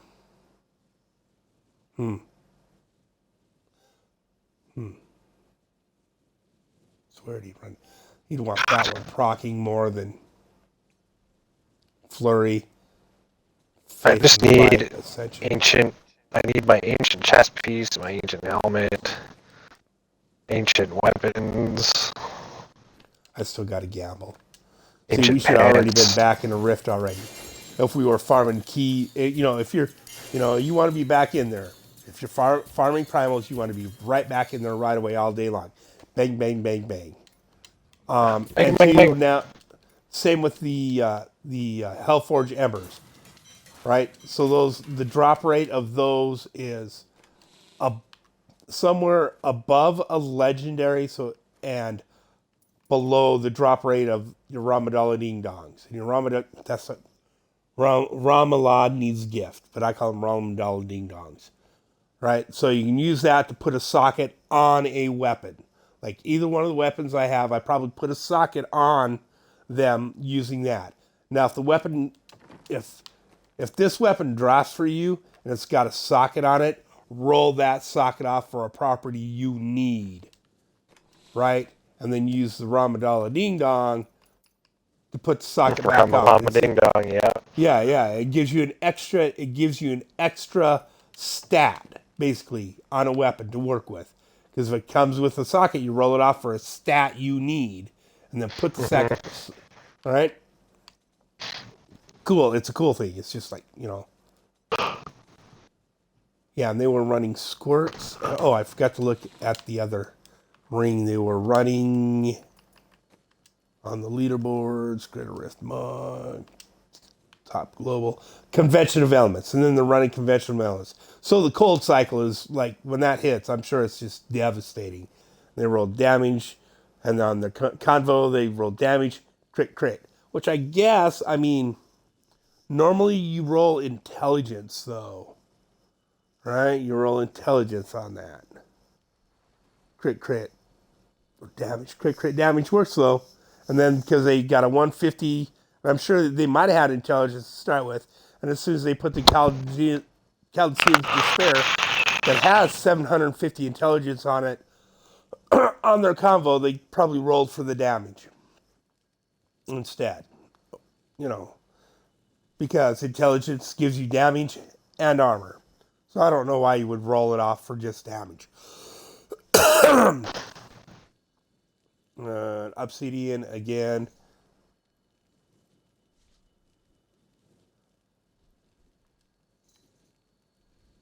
Oh, so they rolled off the cooldown reduction, or I mean the resource reduction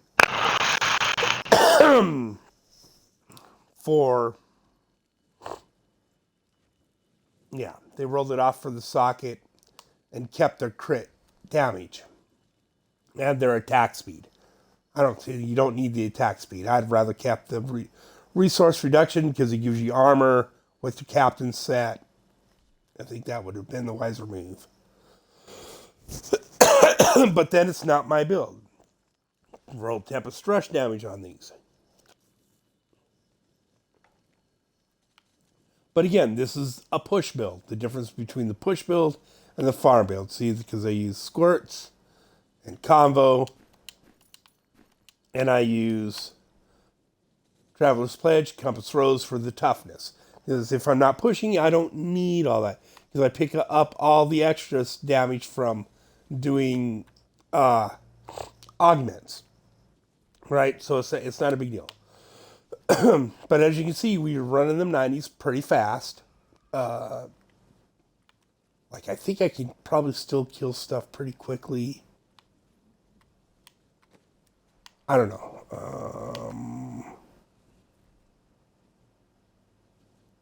Yeah, no, I kind of need that extra damage in a 90.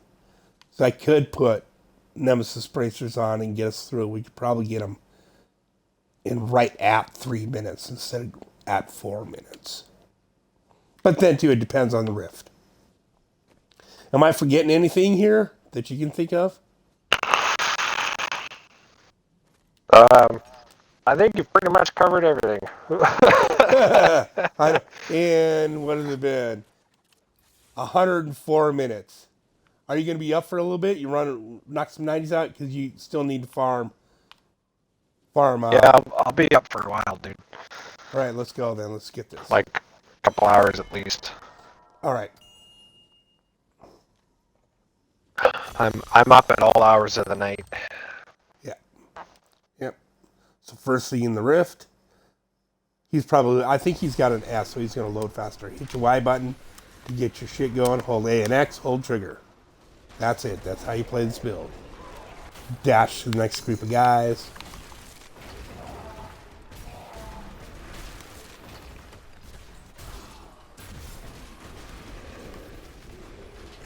Now, if you're on a higher rift and it's taking you a while to kill everything, you don't want to fuck with the trash too much.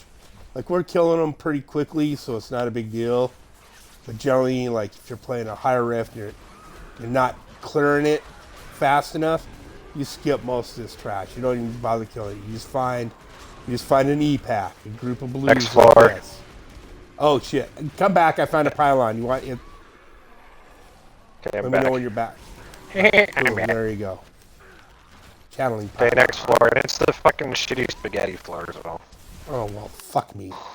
I know. Fucking bullshit. Like, I'm gonna swear. Please, Twitch. I'm sorry. I'm gonna swear. I already swear. I already cussed. Is the guy you're helping watching your stream right now? No, probably not. But I sent him a message that I was recording it, Oh, okay.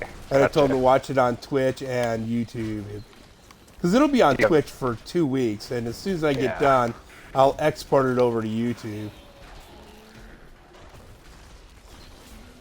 It's kind of surprising how many views some of these get, man. Like, the one I figured the one on Next floor. too easy set dungeons to master.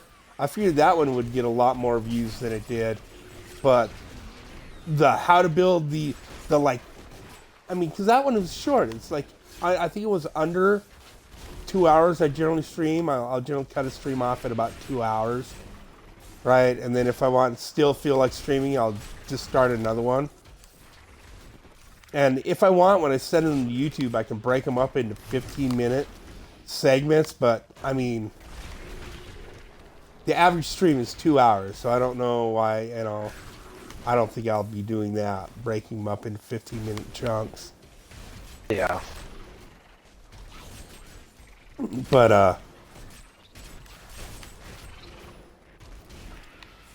a lot of the ones where it was like you, me, and Paxton, the 6-year-old grandson playing, those you couldn't even hear what he was saying because I hadn't figured out how to tell people exactly how to include their chat in my chat. Ooh, power pylon and the guardian. Boom, dead.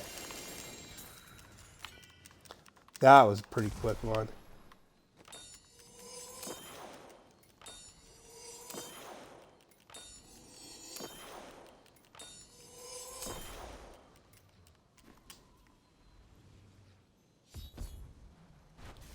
And when I'm just like, my other gems are already all maxed out, so I don't even bother looking for which gem. Oh, 2 minutes and 49 seconds. That was a quick one. But, you know what? I think I forgot to gamble. Fuck it, I'll just leave the shit on the ground. Not that worried about it.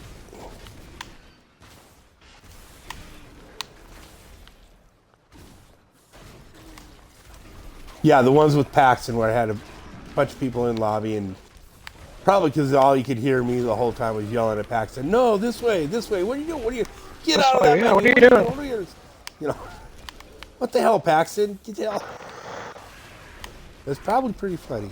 But those got, like, some of those got quite a few, well, I don't know what a lot of views is really, because like I said, I just started doing this because my kids live in Wyoming, and they play Diablo on Switch, and a lot of the same, Oh, same explosion bad. yeah, boom boom's bad, boom boom's bad. Boom is bad. Boom Boom's bad. Just so I could go over builds and shit for him. How to build the wizard, how to build, well, the characters I play. Because I don't really play Monk. Like, if I did go over one, I'd go over, okay, this is how you build a Z-barb. Don't fuck around with anything else. They're worthless. Right? But, no, I'd say that. And then there was some really good Monk builds this season, though. Oop, gold bar. Dead gold bar.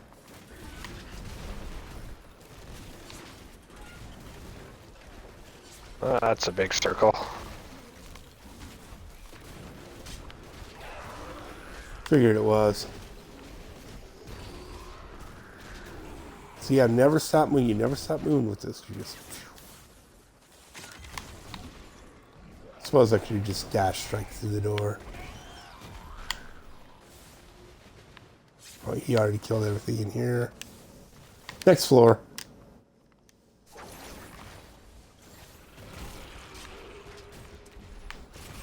Shield pylon.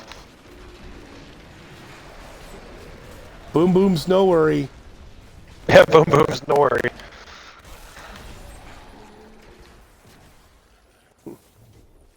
Be happy.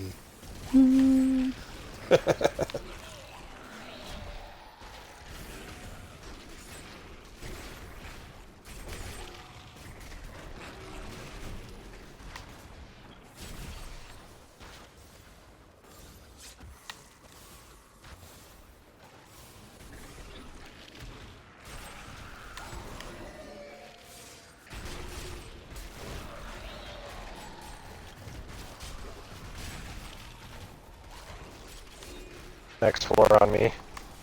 All right, coming your way. Let me know when you're in here. I'm here. Channeling. Nice.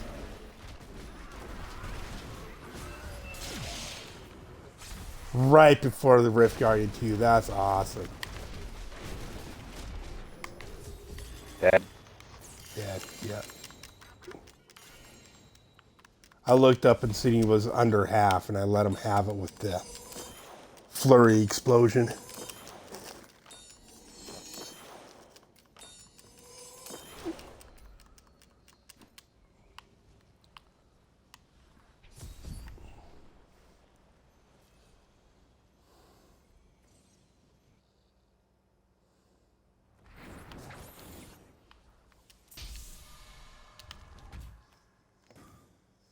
That 3? Let me look. Nope, one more.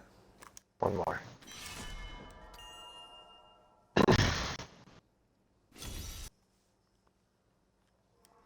Yeah, normally when I'm doing this too, I've got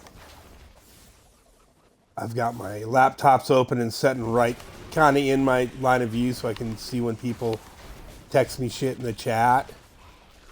I haven't quite figured it, like, I think you use OBS to have the chat appear on the screen, right? When you're streaming. I honestly don't know. Channeling pylon. But I haven't quite got that figured out yet because I haven't been doing this enough to. It's stuff I want to learn it. I mean, because I'm old and I'm broken down. I mean, if I can get to a point where I can make Gold bar. as much, but yeah, a couple $1,000s a month from the ads from Twitch and YouTube and Facebook, right? And I think that's if you can hit that on the 3 different channels if you're averaging. I think if you have like 50 followers on each one, and you're averaging that. Oh, I found the next floor. There's a shield pylon there when you get in. I'm in. Got it. You can make $2-3 grand, and that's all about all I really live on anymore. It's about $2 or $3 grand a month. I want to make that off of. How do you get to that? Like, how do you? You have to be diligent. You have to stream every day. And like I said, you want to be able to be on as many platforms as possible to expose yourself to as many people. Like, don't curse and swear, don't be foul, so you can open it up to kids. And I'm really working on that one. I'm streaming not because right now I don't think I have it set for all ages, right? And then so you want to get it set up so it can be for all ages. Want it on at least 3 platforms: Twitch, Facebook, and YouTube, right? And I don't know how you're supposed to stream to all 3 at the same time. Like, I was looking at the OBS, and it looked like I could, like, because I have Twitch on my Xbox, right? So I could... What the fuck? Die, you little bastard. Get out of here with your fucking shield. Oh, that's what it was? Oh, shit. Yeah, you're shielding. But, I mean... There's guys that make a lot more, but they do all the, like, Apex and all them FPS shooters, right? Apex and COD, MOD, Call of Duty, yeah. And Fortnite, which I don't... I like playing FPS, but like Halo, but I don't like the PvP. I don't know what it is about PvP. It just says, I'm like, fuck this, it ain't no fun. And you die spawn, I just can't get into it. I can't get into it. Like, you know, this is like that at first, when you first make your character, right? And somebody's dragging through you, youth risk leveling you. It's die spawn, die spawn, die spawn. But as soon as you get your gear put together, it's not like that, right? Nope. Unless you're just straight running rifts that are out of your depth. But you can get there. You can get to where you can run with a number of builds. You can get to where you're running the higher, you know, for me, if you can run anything over a 120 with a build, it's a good build, right? That's a good build. 120 and up, period, good build. But if you know, there's a bunch of builds where you can run at least 140s, right? I have enough space I could run one more. How about you? Because I only have 42 items. So I could fit more in my... How you on blood shards?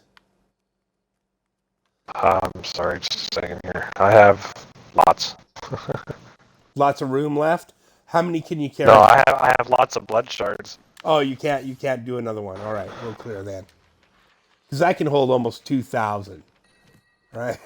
Like 1950. And that goes up.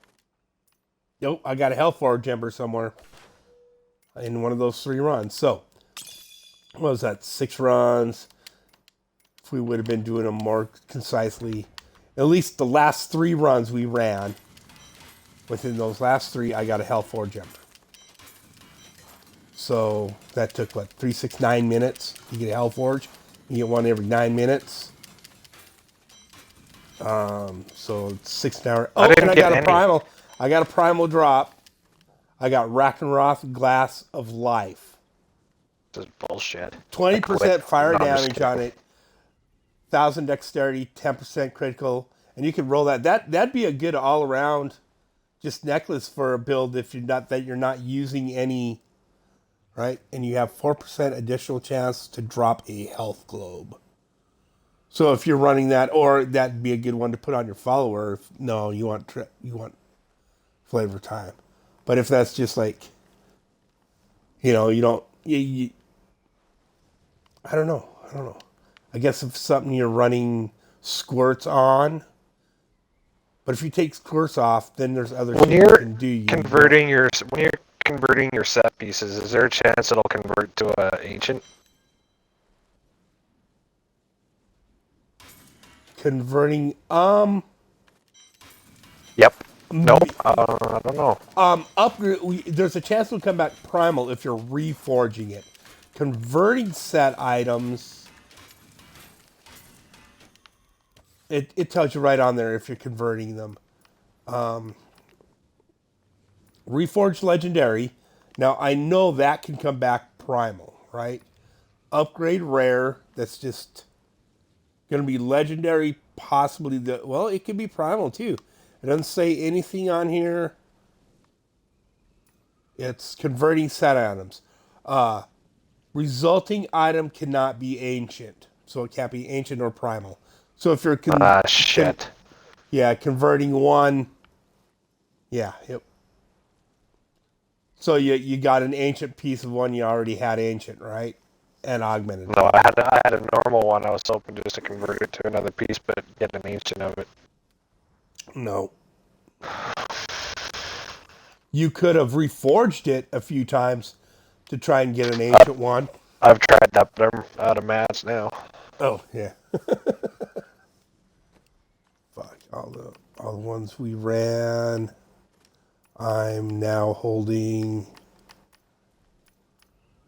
373, 353, 400, 396, 356.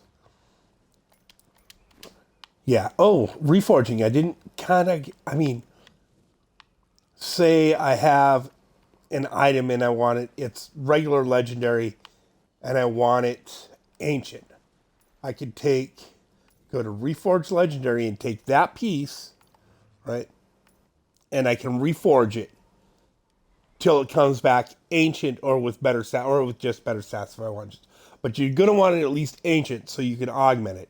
You can do that by reforging here. You can reforge that piece right there until it comes back ancient, right?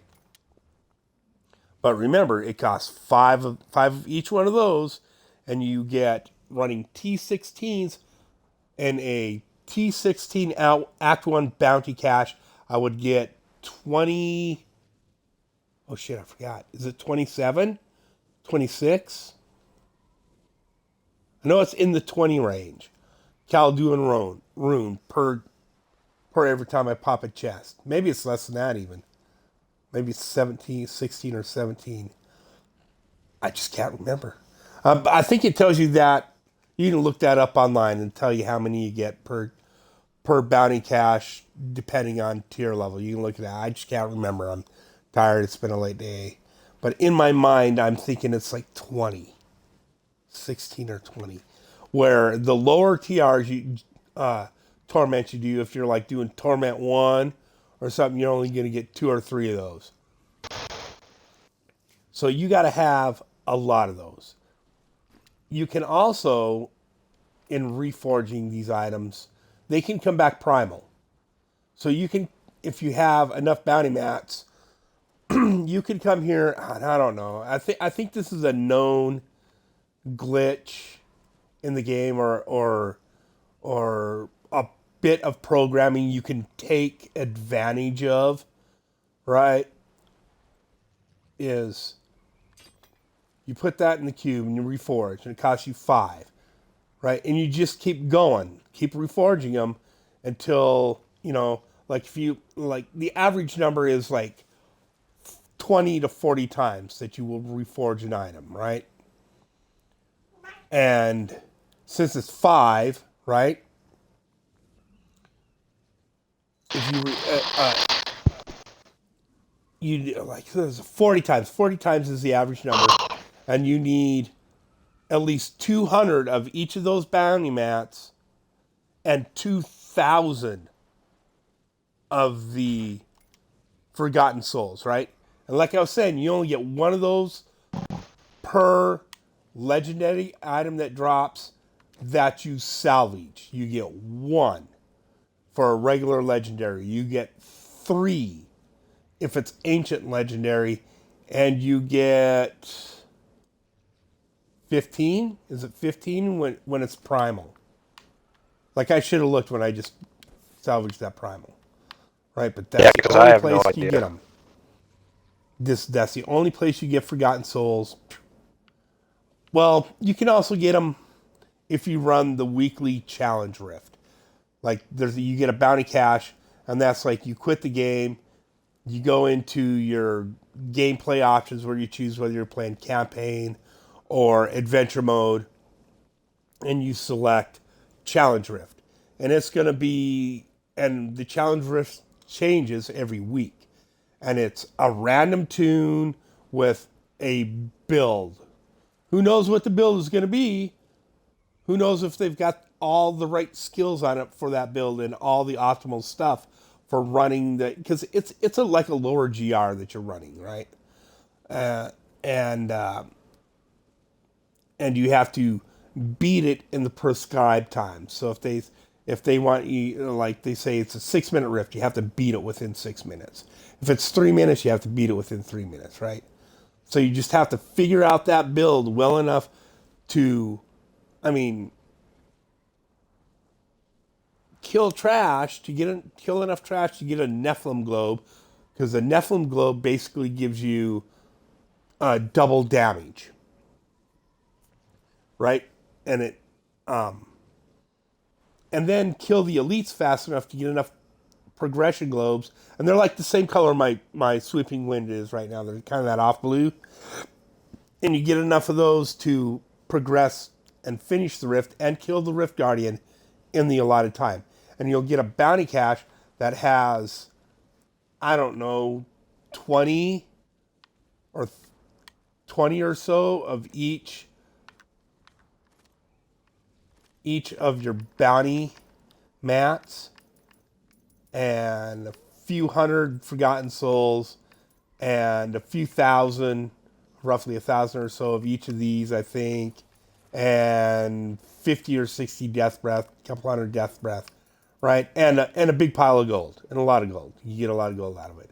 So you can do that once a week to get bounty mats and gold, right? If you're having a hard time keeping up on that. But like the week before the new season starts, you don't want to run that. You want to wait because you can only get the bounty cache once a week. So if you Yeah, it's run every it on, Monday it resets, I think, right? yep, every Monday it resets. So if you run that challenge rift on Monday and the new season drops on Friday at 6 o'clock, like it always does, then you're not going to be able to run that get that bounty cache from the challenge rift, which is part of leveling up a level 1 toon at the beginning of the season. And you're level 1 and you're want to get yourself to 70. You need some gear to do that. So is what you do is you save that challenge rift till that Friday night, and then the new season drops, it starts. You pick the character you're building, name them, whatever, and then you go do the challenge rift. Right? You just quit out and you go do the challenge rift. And then you come back and you open it and you get your mats. Hi, my stinky puppy. And it will be enough mats to craft a level 70 weapon, right?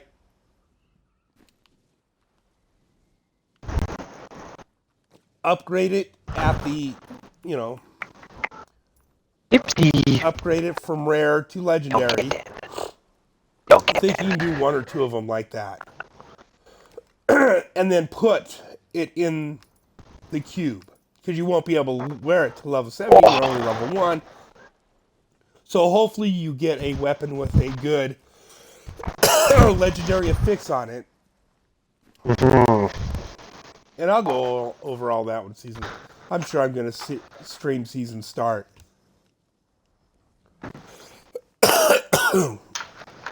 And have My the new Christmas lights off the fuck. I'm one of those right back. You'll be right back? Okay.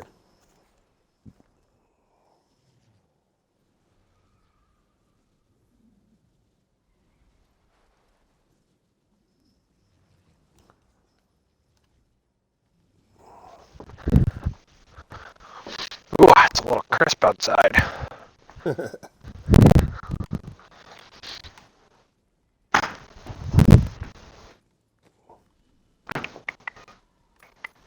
Wet kitty. Seasonal journey. Oh, get out of my way, you fat bastard. Yeah, it's a big deal too. God. Oh, I got it. Well, I think, yeah, I'm at 120 minutes, 2 hours in. So I'll end this stream right now. I hope this was informative for people. A little bit on the Monk, on this PoJ build. Right? And it really is. There's only 6 pieces in the build, so you can't, do a lot of mix and match with it, right? Your Captain's Crimson, and then, like I said, once you get enough Paragon and enough of your other gear, your regular gear you wear augmented, you can change over to the Sage's gear here. But then you're gonna want to have enough mats to craft a pair of those till it comes back ancient, so you can augment it, right? And just at least get your extra dexterity on it, right? Extra toughness. Because you're going to lose a bunch of toughness, you're going to lose a bunch of damage when you take your captains off for that. And then also you'll be doing it at 800 or so Paragon, 1000 Paragon, and everything augmented, including, let's see if you look, I'll put a group farm build on again. Again, this is just for group farming. Like, because you don't have your followers, so you need some of the shit on you. Right? Just so you, my Nemesis Racers, if you look, they're augmented with the 125. My Sages augmented 125. Right? So I'm still doing plenty of damage. And I can afford to lose the damage and the toughness because I've made it up with Paragon and the extra dexterity. And the damage I lose by taking out Bane of Stricken or Bane of Powerful works just as well if all you're doing is running 90s. You're not running any higher than 90s. Bane of the Powerful works just fine, just as well as the Bane of the Stricken. But I just like Bane of the Stricken. I don't know. It's like Bane of the Stricken is more for higher GRs. But I don't know. I always just go with it. I mean, Bane of the Powerful is just as good until you start pushing the higher GR. So if that's what you got leveled up, go with it. Right? Because it's one of the very first gems that drop, legendary gems that drop, is the Bane of the Powerful. I think it is the first one, I think. So you can go ahead and start leveling that up to 25 right away. Right? And Bane of the Stricken is a little further down.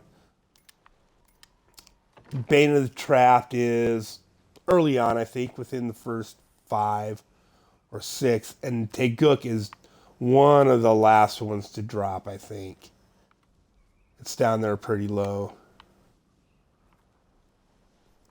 But anyways, I hope you've enjoyed this stream, this little tutorial on the Monk and the Monk farm build, a group farm build, and just general bounties, and GRs. Lower GR, 90, I'm saying lower, like 90 GRs, whatnot, for speed running them, right? Just back to back to back. And this will do, like I said, I use Sweepy Wind for the motion bonus, and this is just speedrun shit. But I'm tired, and I am totally rambling now, so I'm going to leave you all with this tonight. Please follow my channel at Twitch, Darth Grumpy Dad, and jump over to YouTube and give me a like, subscribe, and follow there too. Ring the bell, all that. It all really helps. Thank you very much. Have a good evening.